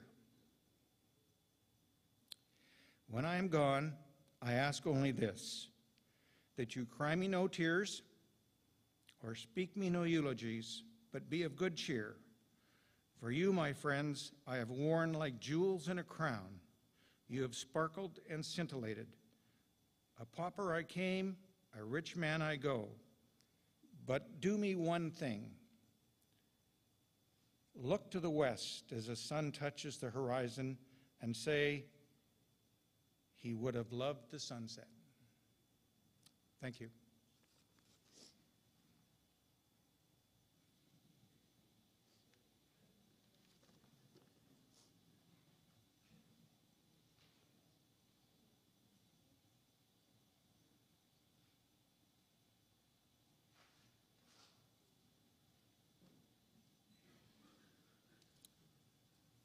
I'm Randy, and this is Charlie. Hi. We're twins. Except you're better looking than me, I can. And you're older, so you can go first. Oh, thank you. Randy Wilson and I are honored to be asked by our fellow Nothing Dragon voters to be with you here today and the family to speak in celebration of Dan's life with us. Our president, Brian Kenny, was unable to be here today, so with regrets, but he has passed a personal message on to Nancy. And Nancy has requested us to read this, and this is the one that really moves me, Nancy. So this is from Brian Kenny. Excuse me. Nancy, I first met Dan when I was 9 years old. It was at Naughtonwall Hall in New Westminster at my grade 4 family gym night presentation. After the main event, we kids wanted to show how amazing we were on all the apparatus. His dad, Mr. Strain, our gym teacher, got the trampoline out. At about that time, there sounded like a drunk started yelling at the audience. Trying to find the source of the commotion, we looked up into the rafters to see a guy in torn clothing and a very wrinkled hat swinging on the beams. Of course, the audience gasped, and in a few moments, the drunk let go and landed in the center of the trampoline and proceeded to do several flips and executed a perfect dismount onto the floor. Of course, it was Dan. I related this story to you, Nancy, in the hospital, and you said you were at the same performance. Seems that the two of you have been together for one heck of a long time. I guess true love has its true roots deep in memory and grows and flourishes with them. Dan often referred to his family and the great times at the cabin in Belcarra. When I popped in unannounced to the hospital room on Friday, I saw what family really looks like. There were 3 of your grandchildren sitting lined up by his bed and all wearing the Irish-style paper potty hat that Dan put on his head when Pat and I visited a few days before. We christened him Danny O'Potty, and there were the 3 of them wearing the same hat but beautifully decorated. Dan had a way of starting trends. Remember his hat at the regattas. Dan was the glue that held our Dragon Boat team together. His leadership was delivered with a velvet glove wrapped around a steel will. I had never experienced a true team before. At 60 years of age, Dan made me a believer in the simple phrase that there is no I in team. My last time with Dan was that Friday, and Nancy, you told me to go to his side so he would know I was there. His response to this was, I heard you come in. We spoke, and when I said that I was going, but I could not give him a kiss because I had not sanitized my mouth, his simple but eloquent response was, kiss me, you fool. Nancy, you married a good one, and he got in exchange the love of his life. Brian. Now, from myself and our Dragon Boat team, and Randy is also going to speak, and as Randy mentioned, I'm the old guy here. This is a tribute to Dan, or Danny Strain.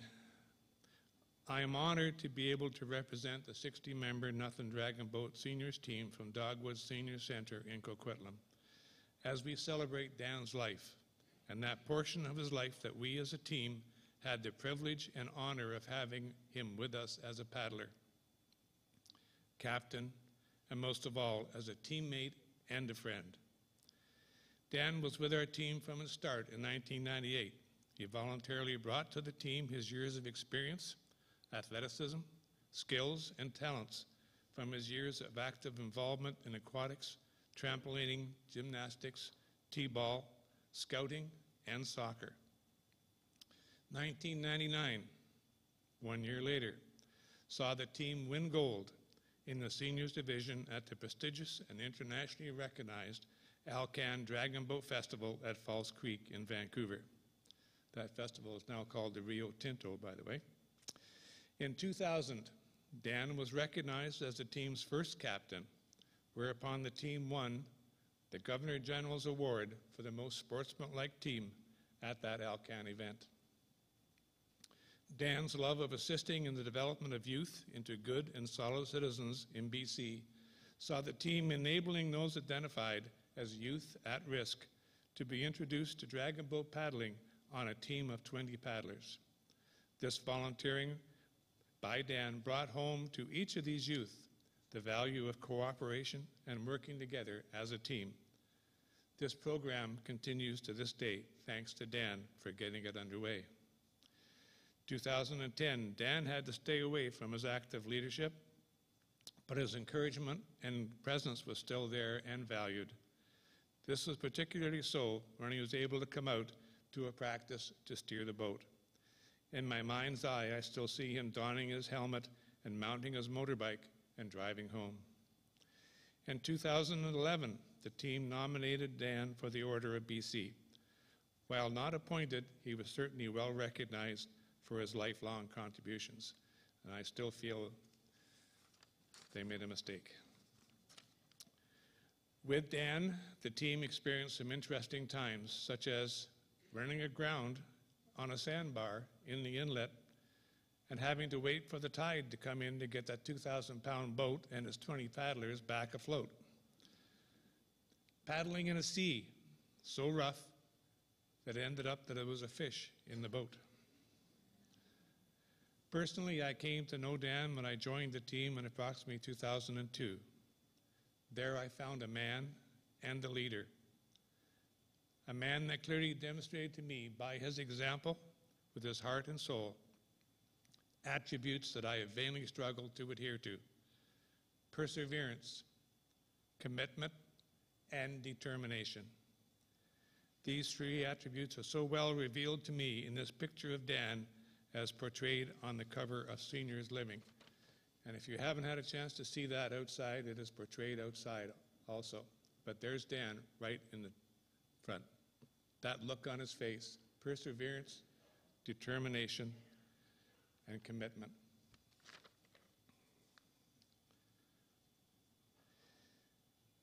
In closing, Dan has been and remains so today, an outstanding British Columbian by being a distinctive leader, excelling in his volunteer contributions within not only his local community, but also much of this province. These contributions have been provided and given freely and willingly. Many of BC citizens, from its youth to its seniors, have benefited from his unwavering and unselfish contributions of his talents and time. As our Dragon Boat captain, Dan Strain fulfilled the captain's role as cited by an author unknown and discovered by Laurie Stewart, one of our valued team members. It's entitled The Captain's Role. The role is very different to a coach or a team manager. The coach manages technique and strategy. The manager, the logistics. The captain needs to inspire those around him to train harder, push harder, to never give up, and to always chase victory. That was Dan. Thank you, Dan, for being you, for our team, and for all the others you helped and supported during your life. Paddles up. Now, if I may, I'll turn the podium over to our team's assistant captain, Randy Wilson.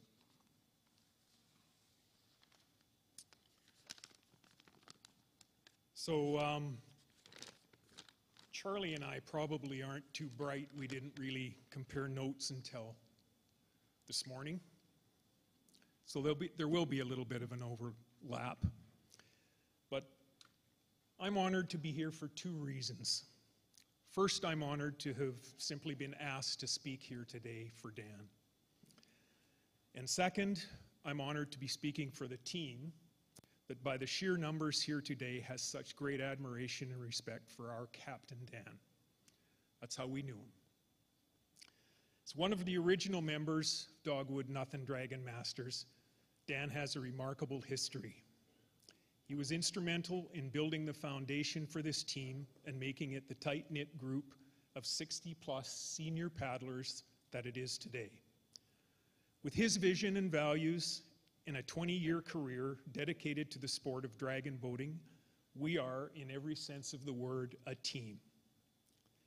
And if you think that might be easy, then I challenge you to get 70 people over 50 years of age with all their baggage, not their luggage, to sit side by side in a confined space with no way out to do exactly the same thing at exactly the same time with the same goal in mind.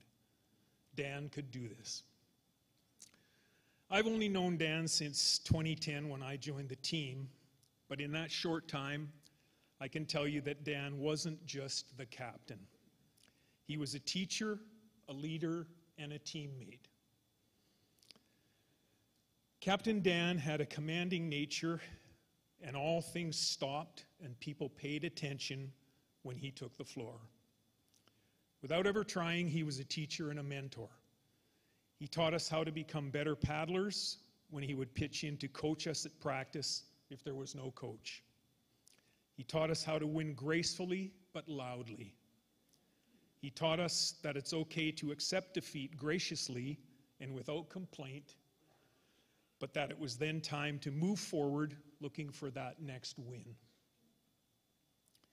He taught us how to become a better team when he would bring us together just before a race. I would watch in awe as he held the team captive with his words of encouragement. But most of all, he taught us how to embrace the desire to win. Captain Dan was not willing to give an inch. He would draw that last ounce of breath and strength from every one of us in every race. Dan was a leader. He led us down to the dock and into the boat. He led us out onto the water. He led us to the start of the race, and he led us to the finish line. But he always led us toward victory. That was his goal. Dan did all of this through his dedication to the sport and this team, and he did it all by example. Throughout his time at the helm, through good water and bad, through good weather and bad, he led this team to many, many victories. Dan was a teammate. With his inspirational words, he would rally us to be one in the boat, to focus on our job with a single goal, finishing that race to the best of our ability. Dan never shied away from jumping in to give a helping hand whenever the team needed it, both on and off the water. Always there and always being part of the team. He was a teammate overall. We carry our memories with us throughout this journey that we call life. They are part of our history. Our memories are what make us who we are. For the members of Nothing Dragon, our memories of Dan are those of character, wisdom, integrity, and immeasurable courage. Our memories of Dan will stay with us forever. Captain Dan will forever be missed, but never forgotten. Now, when I go down on the dock and have that first glance at an empty boat, I look back at the stern and I see him standing there in his red team jersey with his snow white hair and his hand on the steer.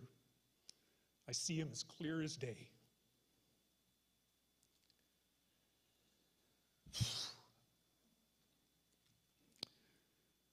So with a deep breath and a slight pause, just as we leave the dock, we'll give a nod for a fallen teammate and a great leader, Captain Dan. Paddles up, and we'll see you on the water, old friend. Thank you.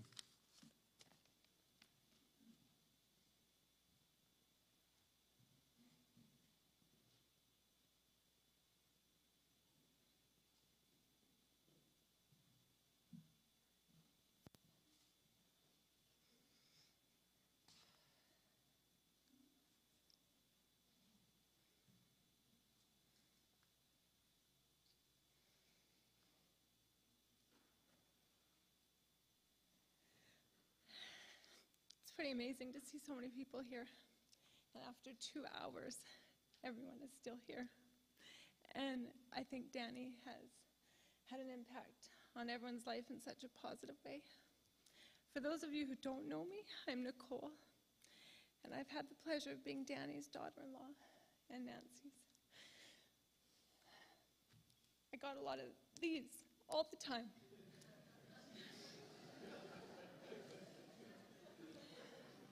But I know he loved me. Danny kept a lot of things. Actually, in fact, Danny kept everything. As you saw outside, he kept every soccer picture of every team he coached. He actually kept every player's card for every player he coached. Nancy, soon after Danny passed away, Nancy was going through all of Danny's treasures. And she came across a really special one. And this was a poem that we believe was left for Nancy to find. It was neatly tucked away in one of his drawers. Nancy had never heard the poem nor seen the poem, but the words are absolutely beautiful. And it made us all cry, but it was not an ugly cry. It was a really peaceful release cry. So if you look on the back of your program, there's a poem, if you didn't notice it. From pain, I am free. Don't grieve for me, I am free. I am following the path God laid, you see. I took his hand when I heard his call.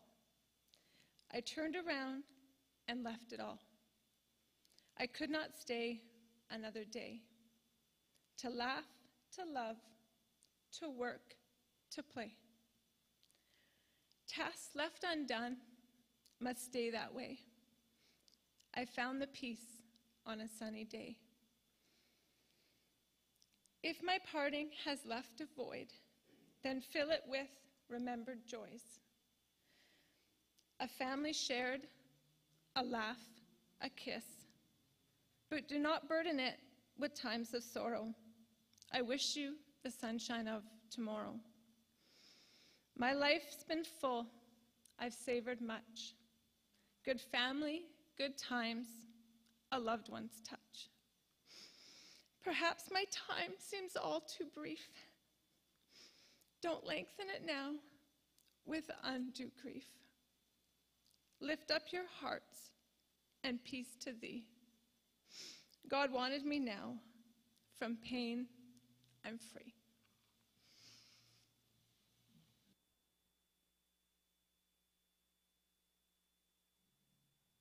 Well, I want to put you at some relief. I know that I have three things working against me right now.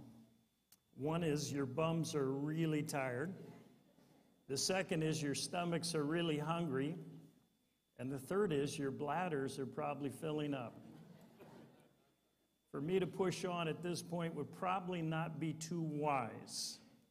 So what I'm going to do is I'm going to ask for Pastor Rico to come and prepare to lead us in a closing song, and perhaps just take a couple of minutes to try to draw this to some conclusion here today.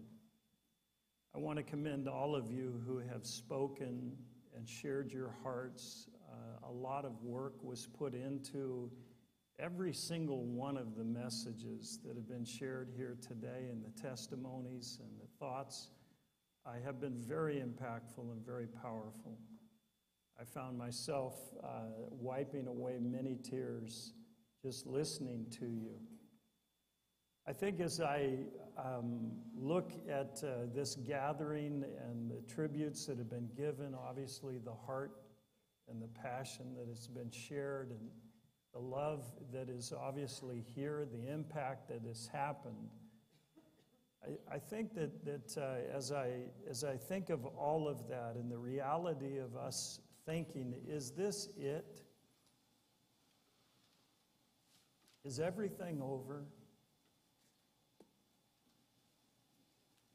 Is this what life ends up being? That you live a good life and you touch a lot of people and then it's just done? I think the fact that you're here actually gives testimony to the reality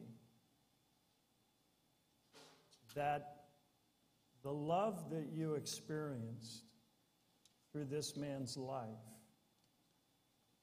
even with all of its imperfections, that were not hidden. I heard and saw between some of the lines. But those imperfections were covered because there was even more love and kindness and grace and forgiveness and endurance and faithfulness. All of these are characteristics that actually are attributed to who God is. Now, don't make no mistake, I'm not suggesting in any fashion that Danny was God, obviously. But when people actually love, and you love well, you actually manifest through your being characteristics of who God is. We were made in the image of God and the likeness of God. And especially when we come to a place, and I'll draw to a conclusion here with this, when we come to a place that we recognize that we actually have been created by God and we belong to God, and we bring our lives into a place, instead of fighting God and living on our own, we recognize that there's a place and a time to actually recognize that He is God and we are not. And to invite Him to actually have His role in our life, the rightful role of being the Lord and Savior of our lives. And I'm not going to suggest to you that the person that you knew all of a sudden totally changed when he made the commitment that you heard him talk about, because he was a fine man, as most of you knew him. But what he did was come to the place of realizing his own mortality and his own sinfulness and his need for a Savior. Someone said here, I've often asked the question, what would Mr. Strain do?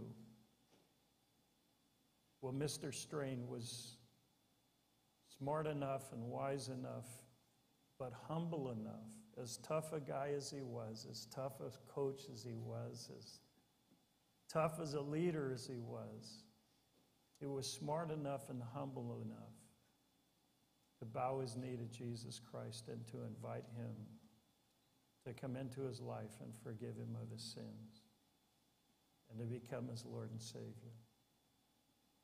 The Bible says, to as many as received him, to them, speaking of Jesus, to them he gave the right to become the children of God, even to them who believe in his name. And so I'm going to lead us in a prayer here. I know that would be what Danny would want me to close with, and giving you the opportunity right here, right now. Because you see, not everybody's going to go to heaven.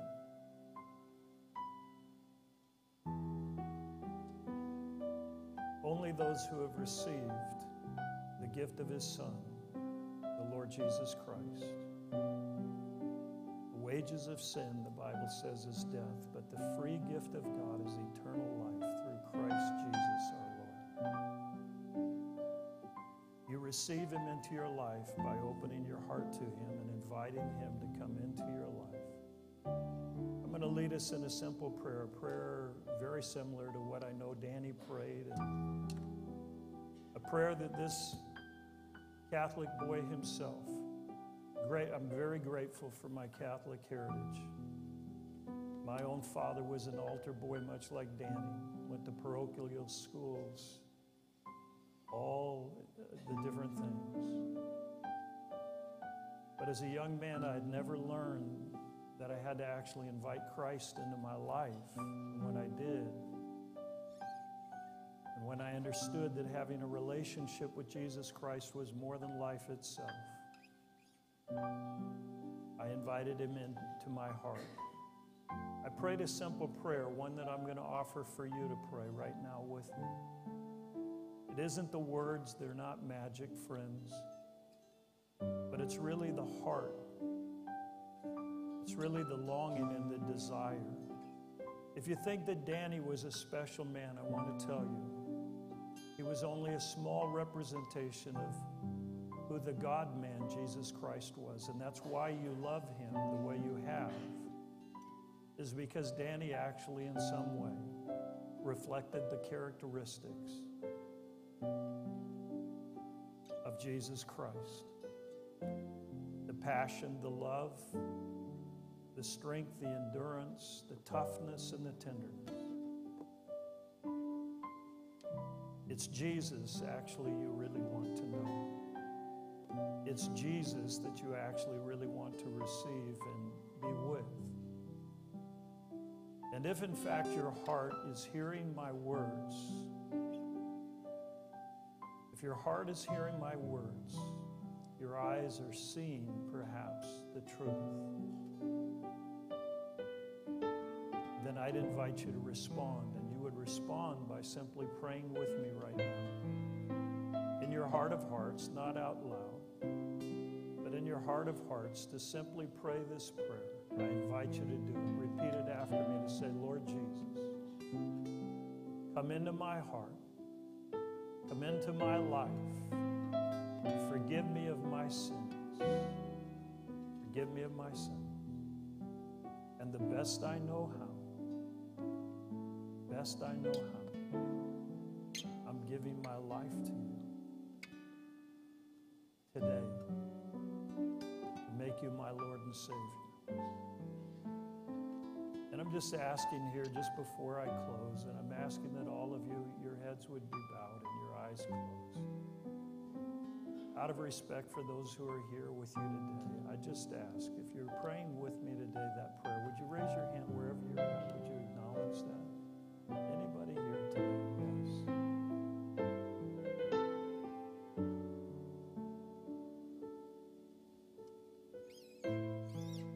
Thank you, Lord, for this celebration of Danny's life.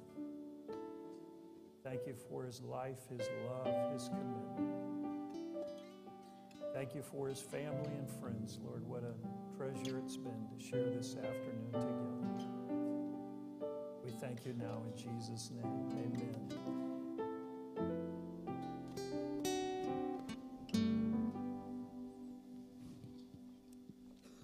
I just found out recently that Danny and I had two things in common. That we're both Irish. Okay, one thing in common. He loves water, and I like singing this song. It's called The River. Maybe it's because of the water, but apparently he loves this song. So we're gonna honor him by singing this song to him tonight.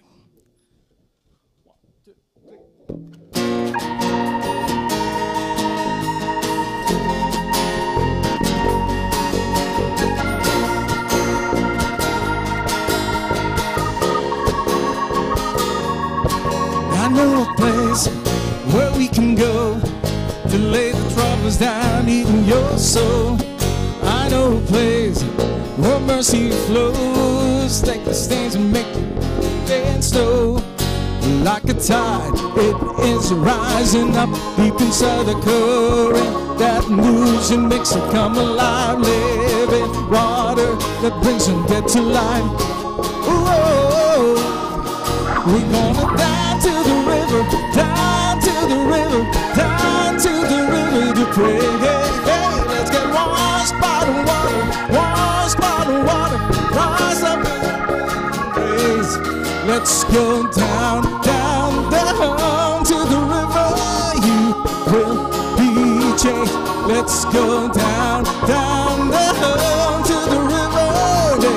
Never say.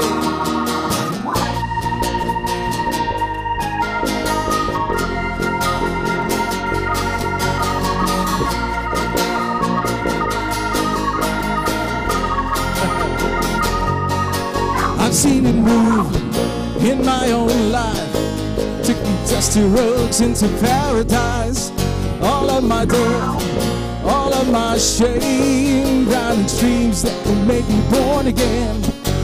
Like a tide, it is rising up deep inside the current that moves and makes it come alive. Living water that brings them dead to life. Whoa. We're going down to the river, down to the river, down to the river to pray. Let's get washed by the water, washed by the water, rise up in amazing ways. Let's go down, down, down to the river. You will be changed. Let's go down, down, down to the river. Never say.